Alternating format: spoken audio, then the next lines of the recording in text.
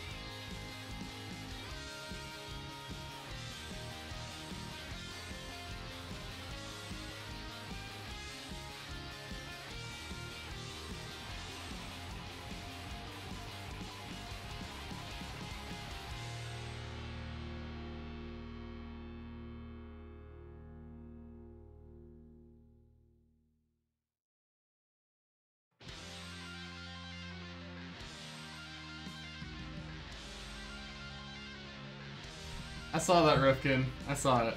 Don't worry, Graham. I changed it. I changed it.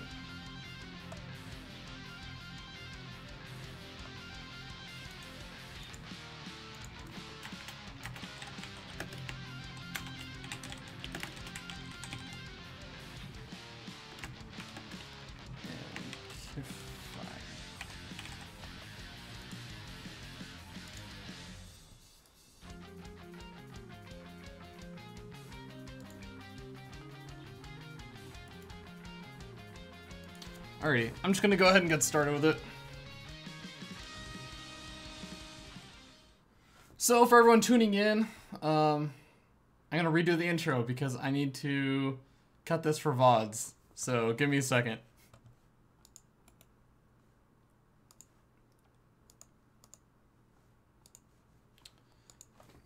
Alright. Hello everyone, my name is Fear Dragon, and welcome to the stream, or the VOD, whichever one you're watching. This is going to be a bit more of a casual thing. There were some games that were played out for the second qualifier for breaking out season number 3, but what ended up happening was, it was also due to some unfortunate events with the kind of scheduling, the timing and everything, it had to be actually merged with the Zowie NA Rumble, which meant that there were players who weren't actually trying to qualify for breaking out playing in the qualifier. And what that also meant was that we actually ended up having a system where the furthest running players, the ones that made it the furthest in the tournament, would actually get the spot, or the 2 spots I should say. And Panda Bear Me actually got into the round of 4, which meant that he qualified. Unfortunately, the other 3 players were not breaking out players. But we actually had 3 players who made it to the round of 8 who were applying for breaking out. That was actually Caliber, Trace, and Qualifier. So they actually all tied up for the 2nd spot for breaking out season 3, and what that meant was we were going to do a tiebreaker. Now, I will kind of say these games have already been played out. The player already knows, but I don't actually know who is qualified so far. I have a bunch of replays, and we're just going to go through them and cast them and see what ends up happening in the end. So yeah, I have a nice little overlay down there of just kind of what the current player is and what exactly is going on. So I'll go ahead and give those 2 a quick update as we get ready to jump into the first series. As it is going to be Qualifier versus, let's see, Qualifier versus Trace. So we'll be jumping into that, and of course I'll keep track of what everyone's score is and everything. I'm just going to keep track of overall scores, not map scores. Sorry. We're just going to go with that, but yeah, let's go ahead and do it and jump into the game. As we spawn up here in the top right-hand corner of the map, Overgrowth. It is going to be on top of the teal protoss player representing no team, at least no clan tag right now. I actually need to double check this. What team is Qualifier on? It is going to be Qualifier. And his opponent spawning down here in the bottom left-hand corner of the map as the pink protoss player. Going to be representing Team Gravity. It is Gravity's Trace. Alright, and once again, there are 3 Protoss players playing it out in search of that second qualifier spot, that second spot from the second qualifier for Breaking Out season number 3. And if you're not too familiar with what Breaking Out is a show that I do where I basically highlight an up-and-coming North American player. Used to be every week, but now it's actually going to be just one a day, but I'm going to do 2 a week. So for those of you who are complaining that Breaking Out took too long, well, it's going to only take a month now, so it'll be much, much faster paced and hopefully much better edited, because dear Lord, I actually would sometimes, not to say put anything against the players, but I would sometimes feel like I was getting a little bit sleepy watching some of those interviews because they were just really, really long and not very well edited because there was no editing. So this season gonna hopefully be trying to improve that, but let's take a look at what these two players are doing, because again, it's 3 Protoss players. It's gonna be a bunch of PvPs, and we're only gonna be watching PvPs today, guys. But what that also means is that I haven't actually seen a group of 3 players try and play it out. But basically, it's going to be a round robin. So Caliber will play, or I should say, Qualifier should play Trace. Qualifier will play Caliber. Caliber will play Trace, and then whoever ends up having the best scores, I guess, will just come out on top in the end. And of course, if it is a tie, then we'll go by map scores. But taking a look at what these two players are doing so far, we have a double gas opening out from Qualifier. We, of course, have the Cybernetics core going down as well behind this. Double gas opening out from Trace. Trace actually keeping 2 guys on each gas geyser, whereas you actually end up noticing Qualifier has 3 guys on each gas geyser. More likely to see Tech Dur from Qualifier because Tech costs gas, and that kind of makes sense. But, you know, just in terms of build orders, I wouldn't be too surprised to see things like Blink Stalker coming out, Dark Templar, Stargate openings, all those kind of things going to be much more possible for Qualifier. But having those extra 2 probes mining minerals for Trace does allow him to maybe put on a little gateway pressure. You can still go into Blink plays and, you know, all those other kind of good juicy plays, but you generally want to have 3 guys in each gas geyser by now, and there, yeah, we end up seeing him kind of pop those guys in. But overall, nothing too crazy going on just yet. I mean, Mothership cores are coming out because why wouldn't you want to get your Mothership core out nice and early to gather up that energy for the photon overcharge? Because you inevitably almost always need that photon overcharge, or at least a time warp. The time warp's going to be so helpful, especially in those PvP engagements, which, you know, quite honestly, it's something that you don't actually hear about. ZVZs are super duper razor edge, you know, just you're constantly in a knife fight with your opponent. Just a 1 second can completely mess you up and screw you over. Whereas PvPs, I feel like they're a little bit slower paced, not necessarily in a bad way, and I'm not talking about the early game right now, guys, not the late game. Late game can get a little bit crazy, but, you know, early game PvPs, the units tend to attack a little bit slower. I feel like they move a little bit slower, but there's still some nice little micro that can happen, and there's just less units that you have to worry about. So I feel like you end up seeing some really, really cool PvP early game micro, and I'm kind of looking forward to seeing that. And of course, that does also let you really heavily influence kind of what's going on with some nice time warps and everything, because it's those small little micro moves, even if it's only down to just, what, 10 or 15 seconds now? I'm trying to remember. 10 seconds, yeah. People are saying at least make it 15, but no, it's down to 10 seconds, guys. I'm so sorry for you Protoss players out there. But let's take a look. We do have a couple of Stalkers moving out across the map from Qualifier, and actually at the same time, Trace moving out. Oh, he might actually be able to catch his Mothership core. 3 Stalkers already on the other side of the map for Trace. Mothership core gonna get away for now, but I think that Trace definitely knows that he can go after that Mothership core. No, he's actually gonna tag that on Lego Watchtower, maybe hoping to get a little bit of vision, see what exactly is up, see if there's maybe another Stalker heading across the map. Behind this, we have a Robo going up for both of these players, and of course, a couple extra gateways being added on, going up to 3 gateways. But oh, we have 3 Stalkers on the other side of the map for Qualifier, trying to be a little bit aggressive. Once again, he actually flanks with 2 more Stalkers of his own, gets a nice pick off on one of Trace's Stalkers. Trace now reduced down to 2 Stalkers, and you know, they have even Stalker counts-ish, of course, but there was that 1 Stalker pickoff, and the problem really was the fact that Trace had multiple of his Stalkers at home.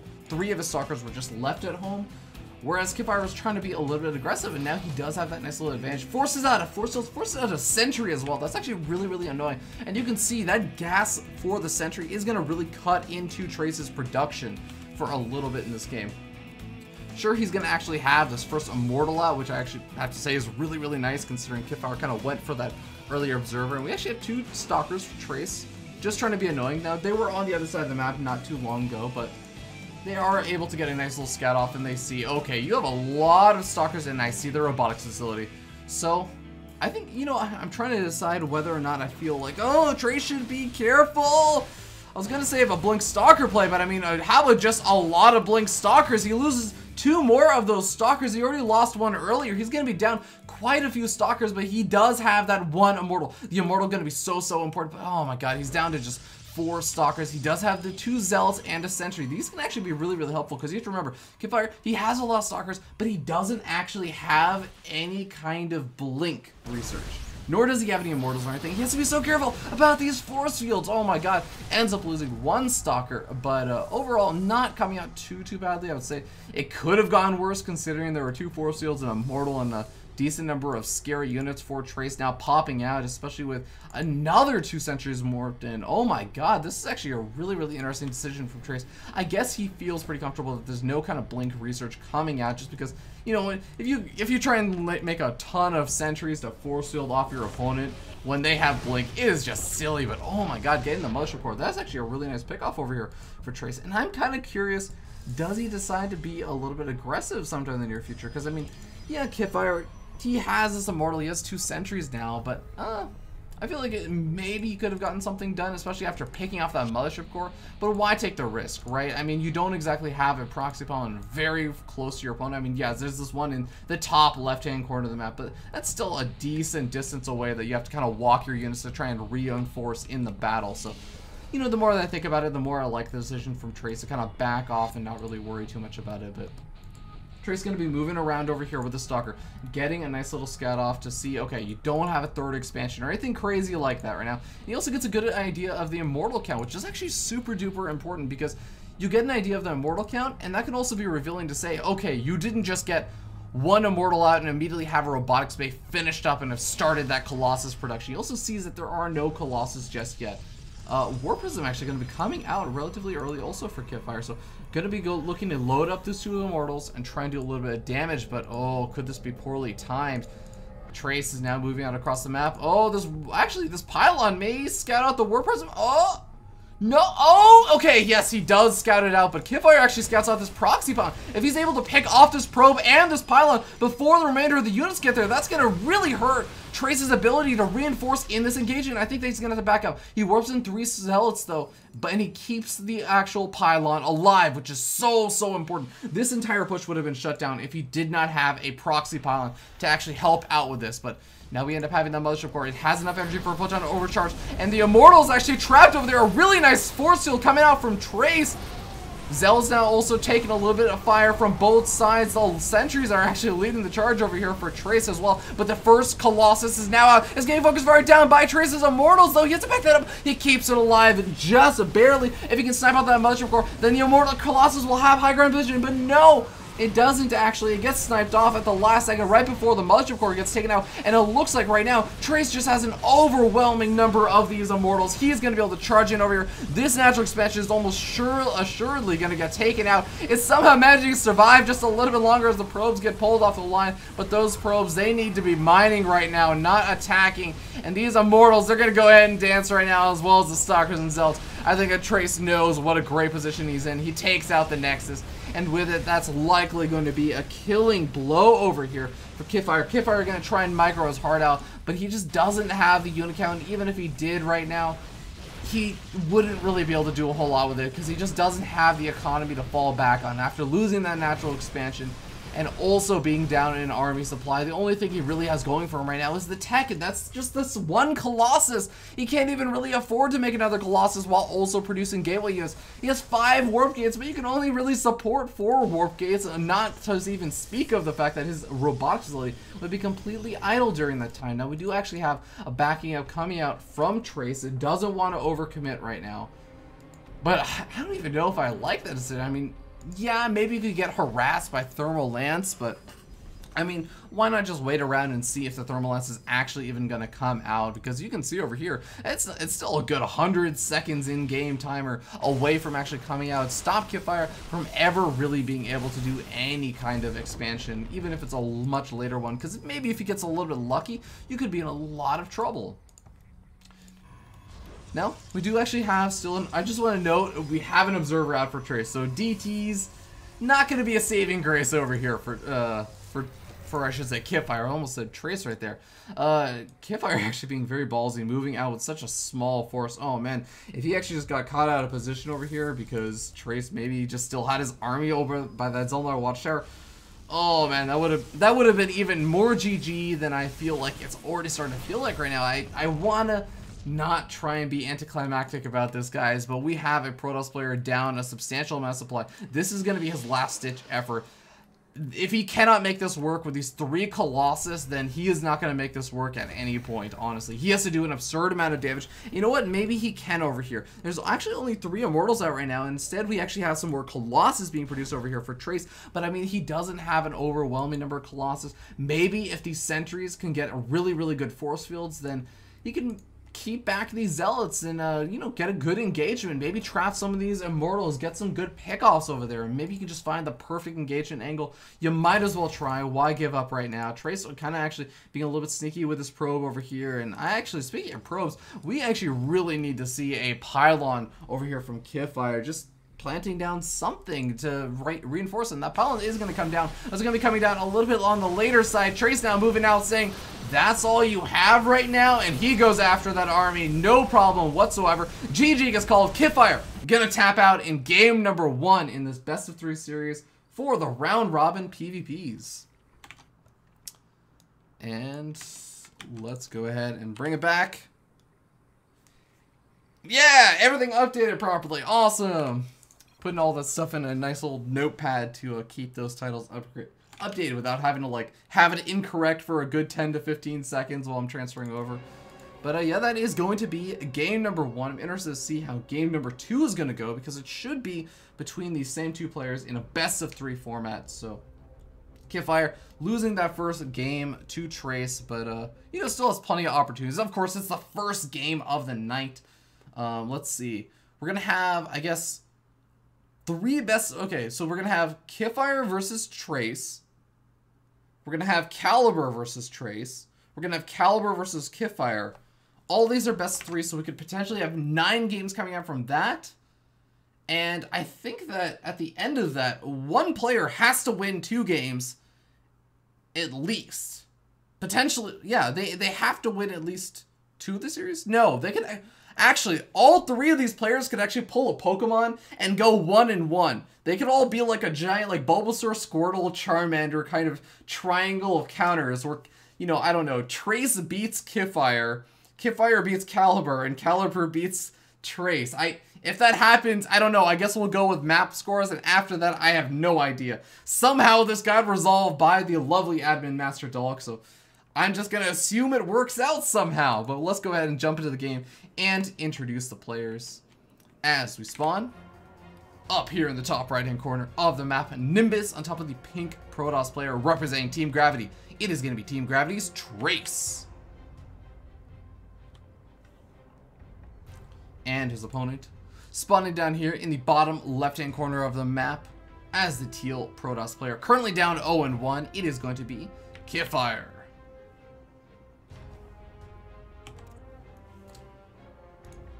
And, you know, it's hard to talk a lot about the map right now because PvP is one of those maps where I feel like the map doesn't actually... Okay, it can come into effect in the sense that you have to worry about blink stalker play, and occasionally you kind of have to worry a little bit about Oracle harassment and how much dead airspace there is. Now, I believe that an Oracle can hide right around here and be safe. I want to say in the very, very corner. Actually, I'm trying to remember that right now. Maybe we'll find out later on, but for now, it'll just be a little bit of a mystery.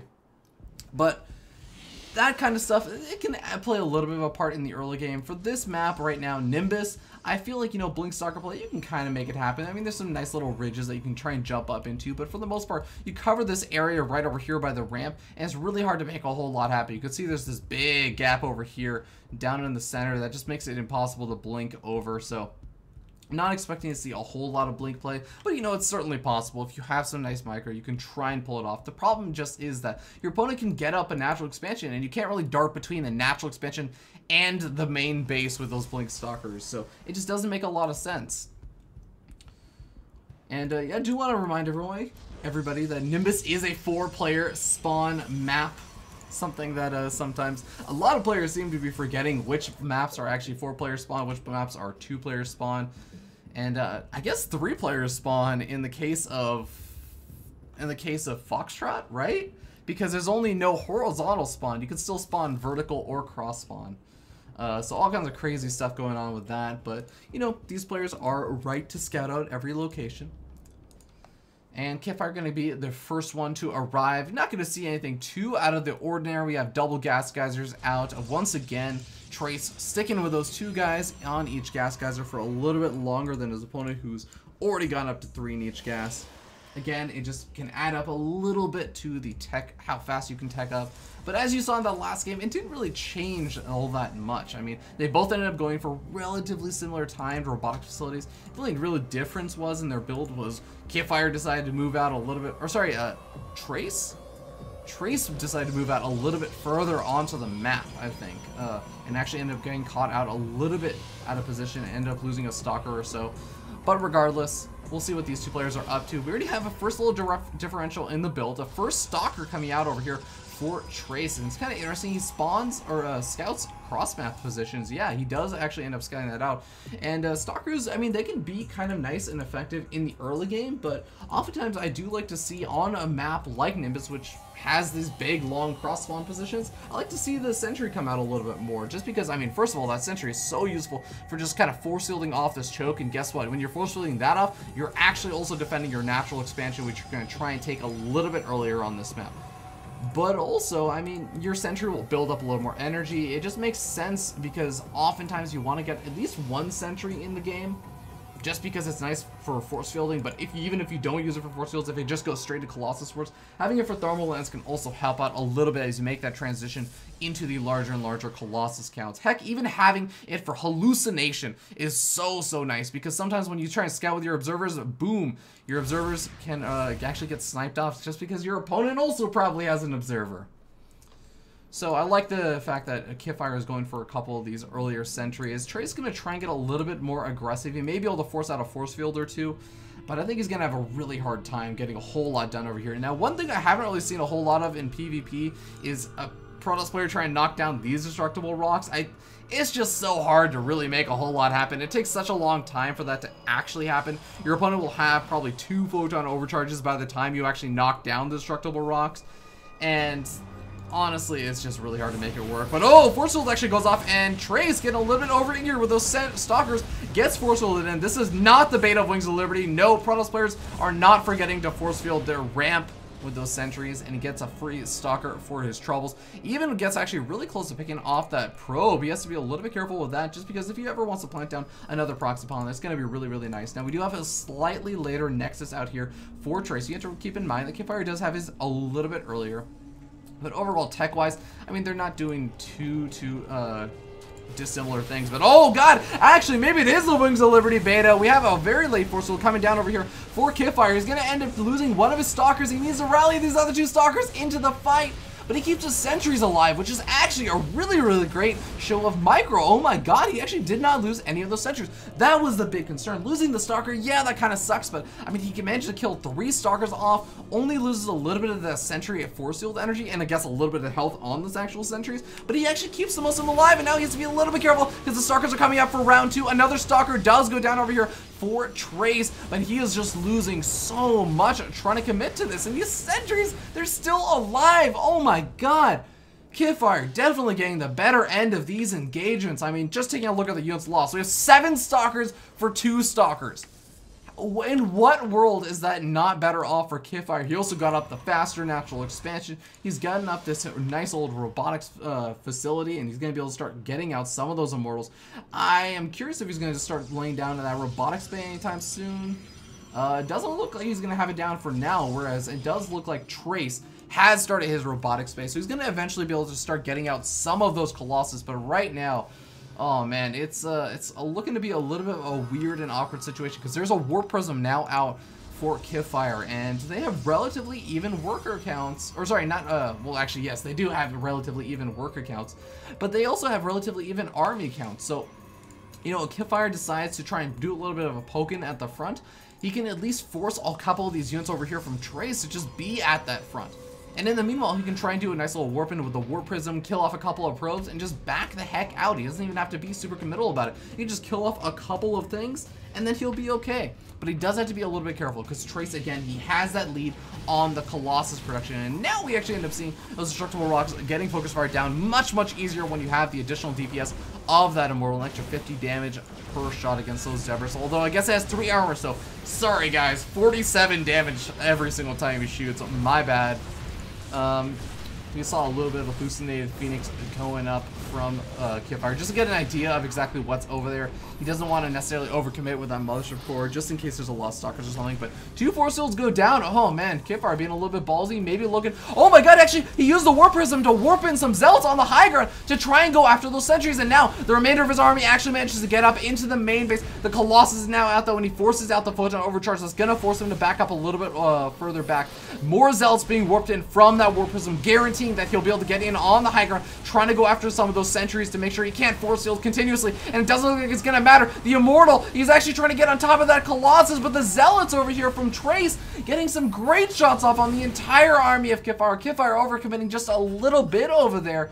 As, I mean, he tried to go after the Colossus. It almost looked like it was going to work out well, but it just didn't quite work out well enough, and Qualifier ends up losing so many of those expensive units. Tries to drop a couple of these Zealots over here in the natural expansion, manages to get out with all of them still alive, but keeps his opponent at home, and that's more importantly, not pushing across the map just to kill off Qualifier, because look at Qualifier's army. This little squabble of an army, this remainder of a decimated force is all he really has left right now. So I feel like if there was a big push out from Trace right now, I think that Trace would honestly just win. And he would go up 2-0 and potentially be in a much better place to actually try and qualify for breaking out.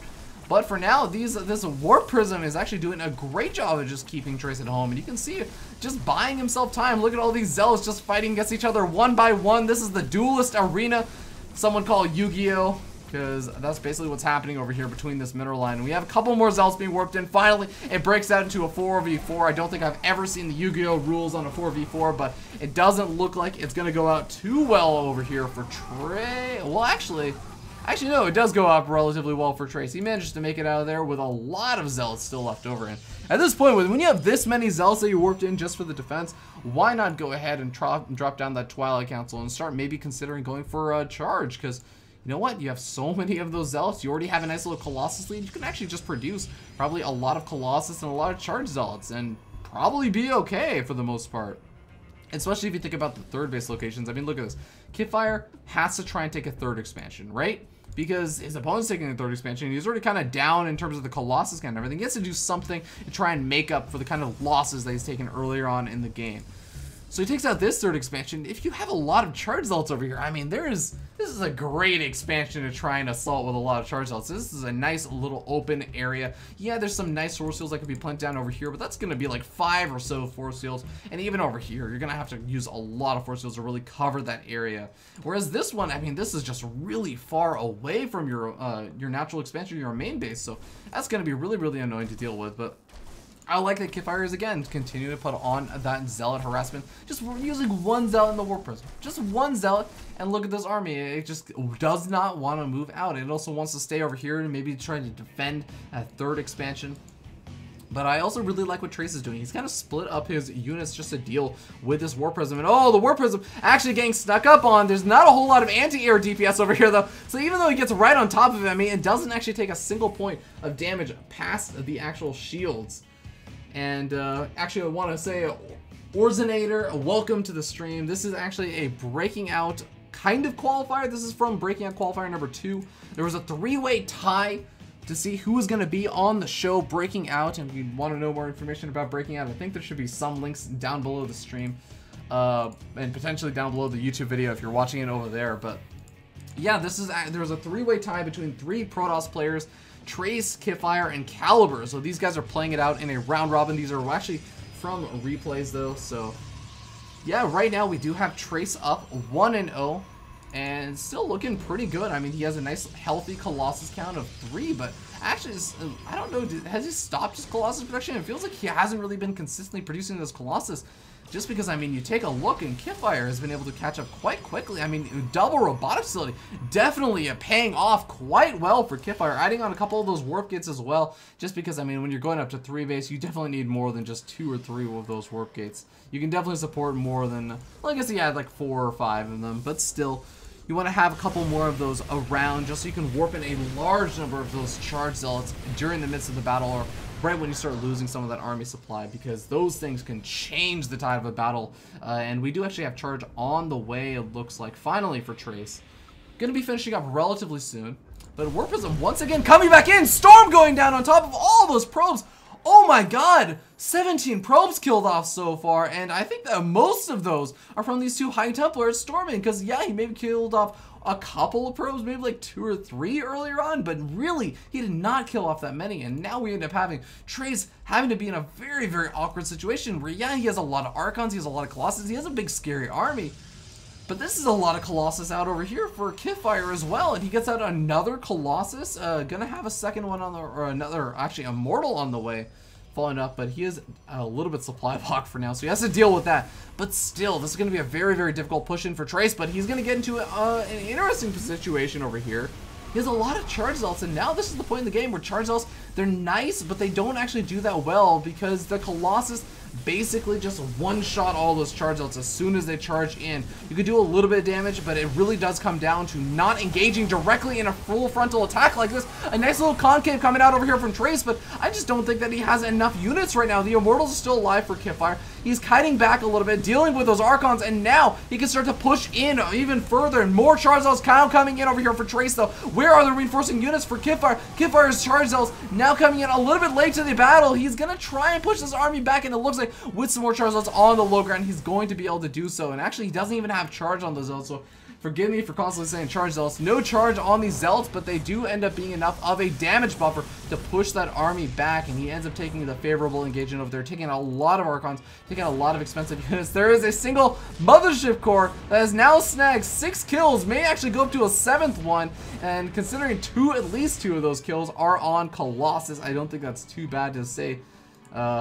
Nicely done by that Mothership Core. And actually, only Archons really being made over here for Qualifier. Not a whole lot of anti-air in this army, but the Mothership Core doesn't really know that it's going to retreat on back home. No sense in trying to use up a recall. Not that it had the energy for it anyways. But Trace now kind of resetting this game a little bit, but still behind in that Colossus count. Now behind a little bit in the Archon count. Not by a whole lot.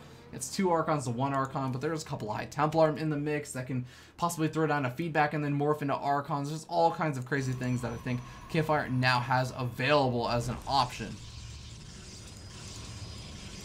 And we actually end up seeing the main difference coming down to the army supply.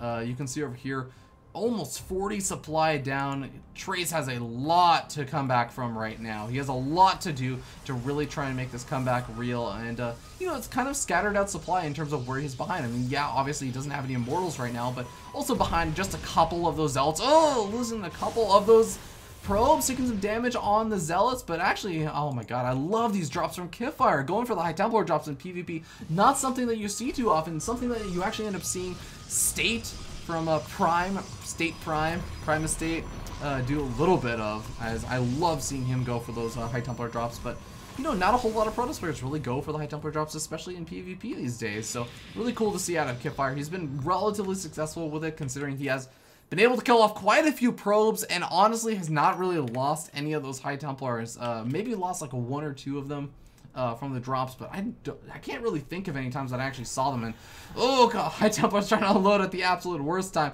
as this entire army finds them. That's a little bit awkward, but the Warp Prism gonna get out a-okay and gonna continue to harass until another day.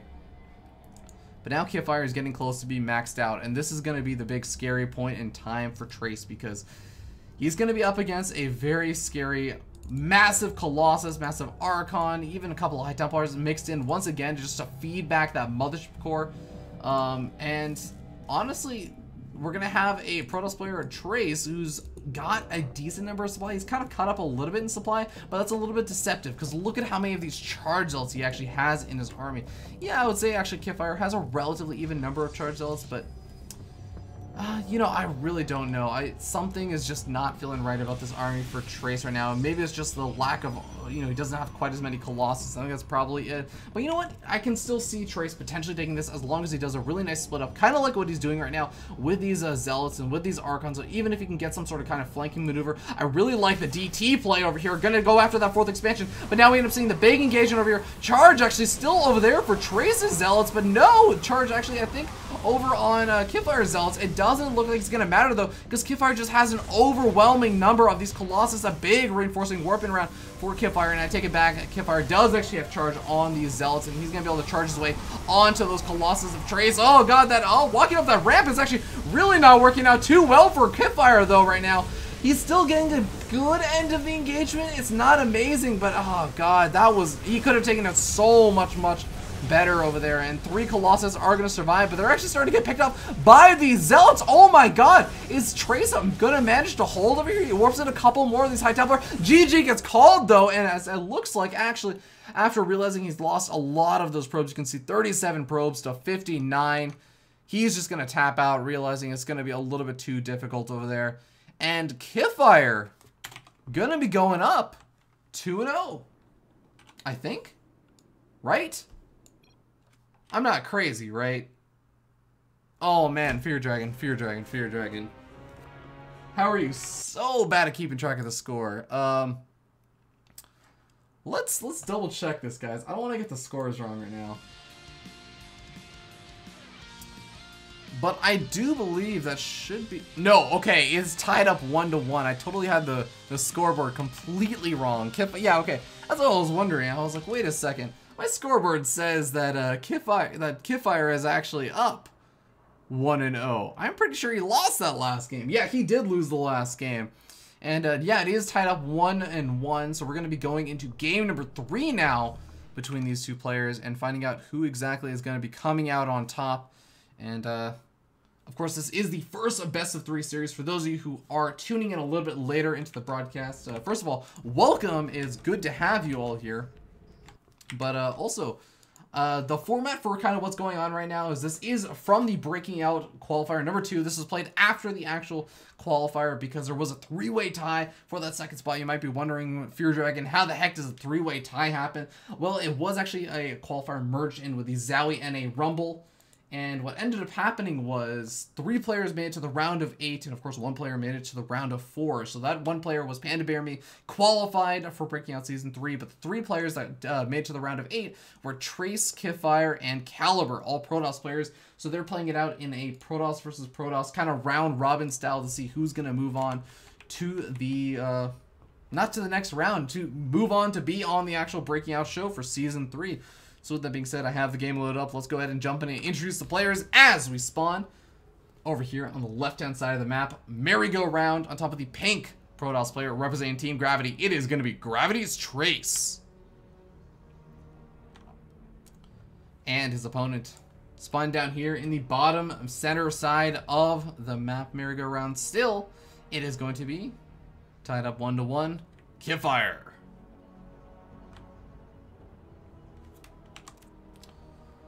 Alright, well, we have a tied up series 1-1. Both of these games have our, you know, game number 1 and game number 2 have actually gone up to that Colossus tech, but, I mean, we've seen relatively different games. That last game was a very much a late game Colossus war. Even though there was some weird trades going on over there, I thought that the game might have ended a little bit earlier on than it actually did, with some kind of weird engagements going on, but... Still, we ended up seeing a very late game play. Whereas game number 1, I feel like, yeah, we saw a Colossus or 2, but it was a pretty low econ situation. So I'm wondering what we're going to be seeing on this map over here on Merry-Go-Round, 3-player map. And honestly, I really do want to say that I love spawning in Qualifier's position over here, where you basically get to take the further away 3rd expansion. And your opponent kind of has to say, well, I guess I'll take this expansion or this expansion. If you take this expansion down over here, you're kind of expanding toward your opponent, and you're just asking for trouble. If you expand over here, well, then there's always the awkward situation of your opponent can get into a really nice spot right over here. If they manage to sneak their way in between the natural expansion and the 3rd base, they basically guarantee a giant concave against you if you ever try and move in to try and defend this 3rd expansion. So they get their entire army over here, stick maybe like 2 Zealots in the middle line, and oh my god, it is just hell to have that happen to you. It is so hard to defend against. So, you know, whereas if you take a look, Qualifier can just take that third expansion. You know what? He's expanding away from his opponent. Doesn't have to worry about this expansion for quite a bit of time, unless he's really just has a much better army, I'd say. Well, finally, these two players are going to be scouting each other out. Unfortunately, both of them scouting the wrong position first. Both of them checking out this top right-hand expansion. But, you know, it's not going to be too big of a problem. Once again, these two players opening pretty much identical to how they did in those previous games. Trace, once again, going for the 2 guys in each gas geyser, eventually transitioning over to 3 guys in each gas geyser. Qualifier just kind of sticking around on 3 guys in each gas geyser for a little bit longer. And nothing too crazy coming out from either of these guys. Now, let's take a look at what could be potentially good on this map. So, Blink Stalkers, I think it's a little bit better on this map than, say, the last map. Just because you can kind of do some nice blink ups over into this main base, and of course defending the natural expansion all the way over here, and then darting back up this ramp and dealing with the blink stalkers over there. There's a nice little area over here where you can actually even blink out, so it can be a little bit difficult, a little bit frustrating to deal with sometimes if you are, say, a robotics facility player. And we're actually going to be seeing double Twilights come out. Not double Twilights from one player. Don't worry, that'd be a little bit crazy. I'm going to research Blink and Charge at the same time. No, we're going to be seeing Twilight Council coming out from both of these players. And a slightly earlier one coming out from Qualifier. A lot of gas, actually, I think, available for him. He's going to be going for Dark Shrine. I think that does make a lot of sense for... You know, I feel like this this Twilight Council over here from Trace, with the extra gateways we got on, I feel like this may very well be a Blink Stalker play. We can even see a little bit of Chrono Boost being saved up over here. And, oh yeah, Blink Stalker is going to be the choice for Trace. Now, when does he decide to get the robotics facility? Because that's so, so important. If he decides to get a little bit too late, he could be in a lot of trouble. In fact, it could honestly just be an instant loss. Not a whole lot you can do about Dark Templars if you don't have any form of detection whatsoever. And it looks like he is going to be getting up that robotics facility, whether he was getting it just to be prepared against a Dark Templar play, or whether he was getting it for that extra high ground vision just to make sure that he can kind of blink up into his opponent's main base. Doesn't matter. He's going to have it, and that's going to be so, so important and so, so critical for him to survive a little bit longer. But when is he going to decide to push out? Does he decide to get out 2 observers? I mean, is he going to be in a little bit of danger of Dark Templars just sneaking in after he pushes out? There's still a lot of things that could still go wrong for him and still go very right for Qualifier. And of course, the exact opposite also true. Pylon actually going up over here for Qualifier, and that actually is a little bit of a reveal. Trace should be wondering, wait a second, you're already planting up that proxy pylon, and it's not exactly a very far away safety proxy pylon that you want to have set up. It's actually a kind of close proxy pylon to the natural expansion in the main base. So this might actually be setting off a couple of flags over here for Trace. In fact, Trace is already kind of getting his stalkers in position, maybe even might put them on hold position sometime soon, because the Dark Shrine is now finished up. And do we actually see the Dark Templar? Yes, it is now moving in over to that natural expansion. The stalkers, they actually end up seeing that Dark Templar, and there is no way this guy is going to get away unless the Observer just moves a little bit too slowly. Okay, Observer movement speed 1.88. Dark Templar movement speed 2.81, a full 1 movement speed faster, and of course that does allow him to get away nice and safe. But I mean, safe for how long? It looks like these stalkers are going to be able to get some really nice damage done across the map. And oh my god, Blink already being used. Maybe he's trying to actually go for a little bit of a hold position micro, try and trap in that DT, doesn't quite get it. A nice little maneuver regardless, but this natural expansion, there is no way in hell that this is actually going to be able to get up. Qualifier just does not have the units, although actually he does have this Immortal out, and now with the Nexus finishing up, oh, he's going to throw it down the Fortune Overcharge. A Sentry does get sniped off. Trace has not lost any of these stalkers just yet. You can see 0 units lost so far, so pretty cost-effective game so far for for Trace. But with that Immortal out now, I think that it's going to be much more difficult for him to get a whole lot of damage done over here. Once the Footnote Overcharge does expire, though, I feel like Qualifier is going to have to be a little bit more careful, because the Stalkers, they can maybe just poke in over here, and then he still has to be a little bit wary of the Stalkers blinking into the main base, just kind of sectioning off little parts of his army to be a little bit more annoying. In the meanwhile, we do actually have just another Observer or 2 actually getting made over here for Trace, and he's going to be actually going up to a pretty heavy Observer count, already up to 2, and has a 3rd one going to be finishing up right now.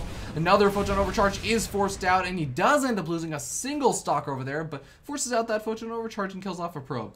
Not too bad. I think that was probably worth it-ish, just because he knows that his opponent is not going to have a whole lot of energy left over on this Mother's Core. By the time the Photon Overcharge runs out, he's going to have a nice little window where he can maybe try and poke up, but oh man, it's going to be harder and harder as the Immortal count gets higher and higher. We're already going up to our 3rd Immortal, but I do want to note that these Immortals, they aren't actually cheap. Yeah, they're useful in those late game fights, but oh, that thought we actually had the Observer getting picked off over here for Qualifier. He managed to pick off that Observer anyways.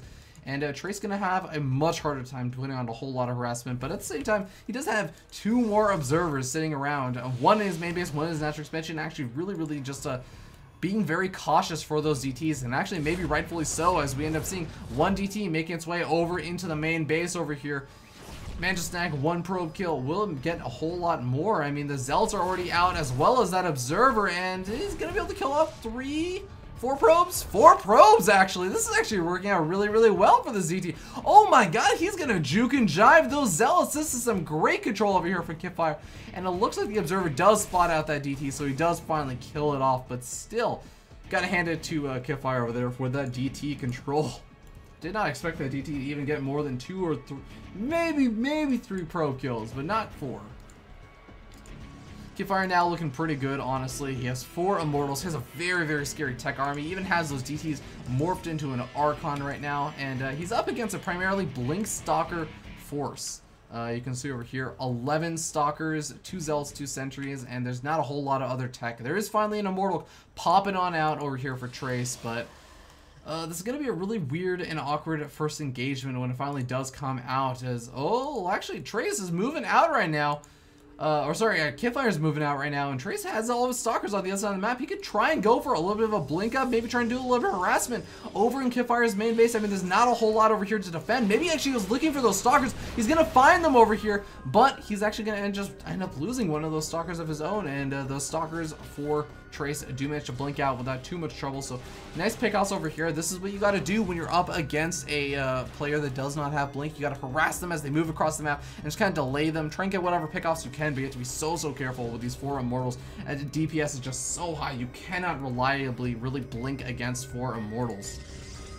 But this is still going to buy Trace a little bit extra time to get in those last couple of warp-in rounds. He's actually going to start to go for a little bit of a wall-in with the pylons, and this is kind of interesting maneuver.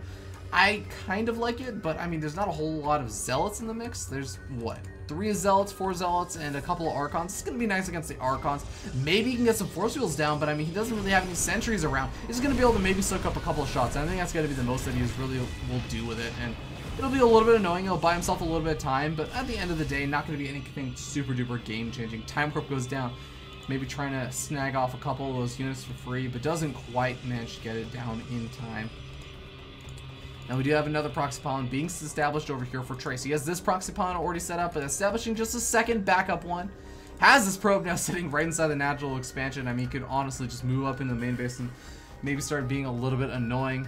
But now we do end up seeing, it looks like Qualifier trying to move up into the main base. Still having a little bit of trouble in these warp gates and these pylons, all these things just kind of making it a little bit more annoying and difficult for Qualifier to do a whole lot over there. He forces out the cancel once again, but just still so annoying because your units, they just want to attack that immediately as soon as they come into contact with it. And then if you try and just move your army into your opponent's army, well then they end up getting filtered through this nice little choke, and this is actually working out really well for Trace now because he's gotten up that second Colossus. He actually apparently has a Colossus that walked all the way around the mineral line and all the way back down, just because I assume he just actually finished up one of those observers, but regardless, Trace is actually looking to be in a pretty good spot with his unit composition. The only thing that he's kind of lacking right now are those Immortals, and maybe something to deal with his opponent's Immortals, because right now, this Immortal count, it's getting a little bit out of hand. Especially with the Archons, that maybe tank a couple of those initial shots from the Colossus. Oh man, I'm a little bit afraid. Well, Qualifier does have double robotic facilities out, and he can actually start to get out a lot of those Colossus of his own. So he's going to try and take this to the later and later stages of the game. And of course, those Immortals are going to actually do very well for themselves in the later and later stages of the game. So I think he'll feel pretty comfortable with that. So at the end of the day, both these players are looking to be in a decent position. Nice little upgrade advantage. Not exactly registering in just yet, but Qualifier does have a slightly earlier upgrade. But oh, hold that thought. Dark Templars now coming in to the main base of Trace. How much damage will they actually be able to do over here? It doesn't look like a whole lot this time. Qualifiers War Prism getting shut down nice and early, as it looks like Trace has learned his lesson from those earlier games. Plant down those photon cannons inside your mineral line. I mean, it won't really help that much against maybe some High Templars storming your mineral line, but still, it's definitely helpful for those zealots and everything, because Trace has taken a lot of damage to that War Prism harassment in those past 2 games. And I like the kind of adaptation that he's done over there. Now, Qualifier, looking at trying to establish this 3rd expansion. This is once again what I was talking about. You can take this sort of more safer 3rd expansion. So now all he has to do is kind of position his army to defend this general area. And honestly, with the fact that he's been double producing Colossus, he's up to 4 Colossus now, he wouldn't be in too bad of a position if he decided to try and take an engagement. Well, actually, you know, he doesn't actually have that many gateway units. This is actually a bit interesting. Because I was going to say he wouldn't feel too bad about taking an engagement out here in the open, but now that I think about it, I think he would. Because if he's up against this massive gateway-based army with, you know, a lot of these zealots, stalkers, etc., if they get a nice old concave and a nice spread, then Qualifier could be in a lot of trouble because he just doesn't have as many units. He has a good amount of splash damage with the Colossus, but there's just not as many gateway units, and the gateway units are going to do much better when you're in that big open area where you don't have to worry about kind of getting choked up and taking a lot more splash damage. But here we end up seeing the big engagement happening. Trace, once again, as I was saying, has a lot of those gateway units, and he's actually filtering them in to a lot of different angles over here, but a lot of the Stalkers actually getting caught back up here in the backside. The Immortals now getting right on top of the Colossus. The Zealots working out quite well for Qualifier, and Qualifier gonna be taking the series 2-1, so congratulations to Qualifier on taking that first series and setting kind of the tone and the pace for this best of 3 round robin for these players. So 2-1 for Qualifier. That's gonna put him at 1-0 in his group. I say group with quotation marks because honestly, it's a group of 3, which is almost a group of 2, which is just a series. So there's really only 3 matches that actually get played out over here, as long as there's no ties. But again, we may end up having some kind of weird Pokemon situation where it's just like one player beat every single player in the actual series goes 1-1, which would just be so crazy and so unfortunate. I don't even know how you deal with that. Alright, well, we're going to be hopping into this next game. The next game is going to be Trace versus Caliber. Go ahead and get that set up. But yeah, for anyone tuning in a little bit on the later side, or maybe just watching the VOD and skipping around. I don't know why you'd be skipping around, but if you're skipping around, this is basically the matches that we're deciding who is going to qualify for breaking out Season 3. It was a round robin just because there was a 3-way tie in the round of 8 for the qualifier. It's a long story. You can go ahead and just check some of the earlier parts of the YouTube VOD, or maybe even just the Team Liquid Thread if you're watching this on Twitch, and you can find out more about the reasoning for that. But yeah, let's go ahead and jump into the game and introduce the players. Oh. Wow, okay, so apparently my media key pause and play buttons actually pause and play the game, but they don't actually go with the music. There we go. As we spawn up here in the top left-hand corner of the map, a merry-go-round. Oh my god, where is this map? I feel like I've seen this map before. Maybe in the last game. We have the purple Protoss player representing Team Gravity. It is Trace. You can see Master Dalk, the admin for this whole thing. So big shout out to Master Dalk for doing all this. But also a big shout out down here to the bottom side of the map, representing Team Root Gaming. It is going to be Root Gaming's Caliber as the pink Protoss player. But yeah, I think it's also worth noting that these series were actually played out a couple of days after the actual qualifier. The qualifier was the Zowie NA Rumble. And these matches, I think that it had been a long day for not only the casters, but also the players and the admins. And we just decided we were going to do all this on I think last Tuesday. And by last Tuesday, I mean this Tuesday. I mean about 2 days ago if you're watching this live on Twitch. So, you know, these players kind of had a little bit of time to rest up and everything. This isn't just kind of like oh, you guys just played through this long tournament that, you know, took like 4 or 5 hours of playing. We'll now play in this round robin group stage kind of weird thing of, you know, a series of best of 3s of PvPs. Like, we didn't actually make them do that, so don't worry about that. It should be pretty interesting. Now, I do want to say, Trace, in that last series, did like going for a lot of those robotic facility plays and stuff, but on this map, he did decide to open up with the Twilight Council Blink play. And we haven't really seen Caliber play out any of these PvPs, because this is kind of his first series, or first game in this series. And, it'll be interesting to see what he decides to do, but once again, I want to remind you that Trace did in fact go for the Blink Stalker play on this map, so I wouldn't be too surprised to maybe see it happen once again.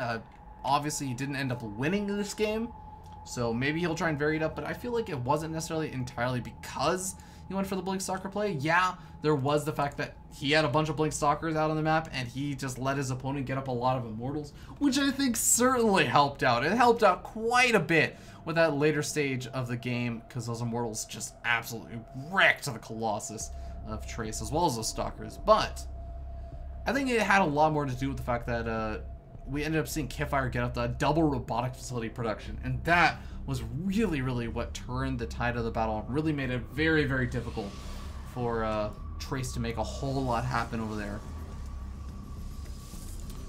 For now, looks like Trace just going to be chrono boosting out those probes and eventually getting out that mothership core, try and deal with this probe of Caliber, stop any of that sort of scouting, and of course Trace going to get his own scouting off as well.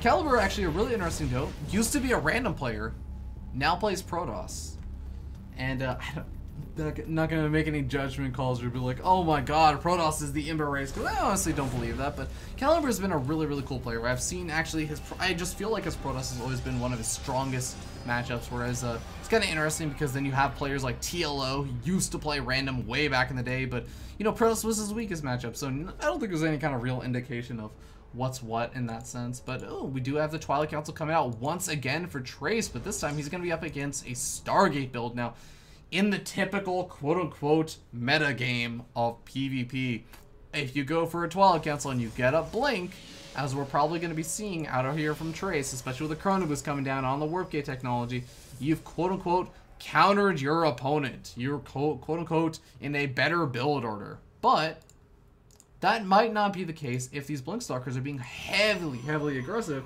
and we end up seeing some nice play coming out from Caliber, either using this Oracle and getting out some nice damage, but then following up with a Void Ray, because those Void Rays can actually do pretty well against Blink Stalkers as long as you back them up with a lot of charge ups. Now, this is a mistake that a lot of Protoss players actually end up making, is they just say, well, I'm going to get a Void Ray and a lot of Stalkers, because why would I get Zealots against Blink Stalkers? Well, the thing is, you want to get the Charge Zealots, or sorry, not Charge Zealots, I keep saying Charge Zealots this series, or just today in general, so I apologize for that. But you want to get those Zealots out, because the Void Ray is going to force the Blink Stalkers to try and blink on top of it. The Void Ray has an absurd amount of DPS, and the Blink Stalkers want to try and pick that off as soon as possible. And the Void Ray can, of course, kite back. It's in the air. It doesn't have to, you know, try and make its way, push its way through all of your other gateway units to move back, and just move back. So the Blink Stalkers need to blink on top of it, but then the Charge Zealots actually want to get right on top of the Blink Stalkers. The Blink Stalkers are basically doing that for them if they try and blink on top of the Void Ray. So it's a really, really nice kind of complementary unit composition. But it looks like Trace just kind of doing a little bit of light pressure over here. And oh my god, I totally missed the Oracle harassment. It kills off 5 workers. Sorry about that, guys. I was sitting there talking so much about the Void Rays and the Charge Zealots, but, god, I keep saying Charge Zealots, and the Zealots that, you know what? I missed the Oracle harassment, but, you know, still, again, decent amount of damage done. Oracle manages to survive with a couple of hit points left over, and of course, that is going to have Trace forcing out a Photon Overcharge on this main Nexus, and of course, also has to leave a couple Stalkers back at home. Blink is going to be finishing up, so now he does have the opportunity to try and be aggressive once again, but, I mean, Caliber should be onto this. He's already producing that first Immortal, getting out of Void Ray, as I was talking about. He's going to make that entire conversation not entirely useless, so I'm thankful to, Caliber for that. But oh, Phoenix actually was out on the map. That was a real Phoenix, and was maybe trying to get just a little bit of scouting information out. Doesn't want to use the Oracle, maybe. That was a kind of interesting decision, just to go for one Phoenix. But regardless, the Immortal plus the Void are going to be more than enough to kind of scare Trace back, not really wanting to engage into both of those. But, you know, behind this, he has his natural expansion up. He actually has a decent work count. Yeah, down to a couple of workers, but not the hugest deal in the world. I mean, he's down 3 or 4. Oracle going to be moving back in. And, oh my god, gets so close to getting picked off once again, but doesn't actually manage to kill off any workers. So I would say overall successful for both these players. Keeping the Oracle alive a success. And, of course, not losing any probes is a success over there for Trace as well. I like that Trace is now moving around the map because you can just see his map vision has actually been pretty awesome right now. He has stalkers moving around the map, trying to find any kind of proxy pawns, of course, which there are none of, because Caliber has a pretty immobile force. I mean, these Immortals have really got to have a nice little backup, as well as even this Void Ray. You want to have a lot of the backup of either Stalkers or Zealots, preferably actually just both. But it's going to be hard for him to really secure any kind of forward positions out on the map. So he's going to stay at home, just going to continue to mac up his army, and potentially kill off his own Observer? No, okay, these two colors are actually very, very similar. It's really hard to tell their Observers apart, but he does kill off his opponent's Observer, which is a nice win over there. Trace does have the more mobile army. He has the army that can kind of be out on the map and trying to do a little bit of damage, but still, the problem is, right now, 1, the Oracle is forcing a couple of his units to stay back at home, and 2, he doesn't really have a lot of big tech units. I mean, he's up against an army of Immortals, and an army that has a Void Ray in the mix. He even has a charge on the way. So there's all these kinds of very scary tech things that are scary right now, and he has to find a way to deal with that. Probably by just trying to go into the Colossus transition, because that is in fact what he's going for. He has the Robotics Bay on the way. There is a Revelation thrown down on all of these buildings, so you can see, okay, there is the Robotics Bay going up. I do have to worry, or at least Caliber's thinking, I do have to worry about the timer that my opponent's going to have out a lot of Colossus. I haven't really started Colossus production or Robotics Bay of my own, so you know what? I have a scary army. I can just go for this. I can make this work. He adds on a lot of these warp gates, going up to, I think, 8 now, or just, oh, actually just 7. 6. This is actually a Templar Archives. That's kind of interesting. So I guess maybe looking to go into Archons in case he gets force fielded out. I think that's actually a really smart move, just because you think about it right now, you could go in over there and realize once you finally get over to that natural expansion, oh my god, my opponent has some sentries. I have to be so careful. But you know what? If you go ahead and just throw down the Templar Archives preemptively, you know what? By the time you get over there, you'll see, oh, my opponent has some sentries. I need to worry about breaking force fields, and then you can make the Archons and not worry too much about it. But actually, he's going to get potentially into a nice position, forces out the Photon Overcharge very, very early. Actually, no damage really taken over here, but this is going to buy, of course, Trace a little bit of time to get out that second Colossus. Second Colossus is going to be an immeasurable amount of help, but is it really going to be enough? I don't know about that. There's still a lot of Immortals. And of course, with the Archons, yeah, they can break the force fields, but there's also the second thing that they help out with. And that's taking out some of these Zealots that Trace is going to be trying to warp in just to try and act as that damage buffer against these Immortals. Because guess what? The Immortals, they're going to be eating up these Stalkers and even the Sentries. Yeah, they don't deal extra damage against the Sentries, but they're going to be eating up those Sentries for breakfast. So you're going to need those Zealots to tank for the Immortals. But then the Archons for Caliber are going to also be taking apart those Zealots. And once those Zealots are gone, guess what? The Immortals get on top of all of the remaining expensive gateway units. And of course, the Colossus that has to be so careful. It's actually getting focused right down by the Void Ray. Force fields and, you know, kind of chokes are not going to matter against that Void Ray. Void Ray dealing a large amount of damage to the Immortals, though, right on top of the Zealots. This is not exactly where they want to be right now. They're going to have to back up a little bit. Caliber getting a little bit overeager with those Immortals, but still manages to sneak in with the remainder of his Immortals and those Immortals of his own. The Archons, the DPS units, the power units over here for Caliber are proving to just be a little bit too much. GG is called out by Trace. And Caliber going to be taking game number 1 in this best of 3 series and bring him to a nice little lead for now. All right. And we're going to be finding out how exactly game number 2 is going to be going. Because, you know what? This is, again, a best of 3 series of best. And there's 3 series that we have to watch of these best of 3 series. So, should be pretty interesting. And, oh my god, really? Really? Sorry, I was just checking Twitter, guys. And, hey, shout out to SWS. Nice to have you in the chat, man. Cheering for Caliber. But, sorry, I was just checking Twitter. I was just like, oh, somebody followed me. That's cool. I was looking notifications. And it's like this guy that has, like, 100,000 people followed. And I'm just like, really? Is Is there even a point is there even a point to that? Like, do you actually even look at your feed anymore? No, sorry, 93,200 people that he's following. 93,000. That is insane. That's actually an impressive number of clicks. I feel like that's a full-time job of clicking follow on people. Alright, but we should be jumping in just a little bit.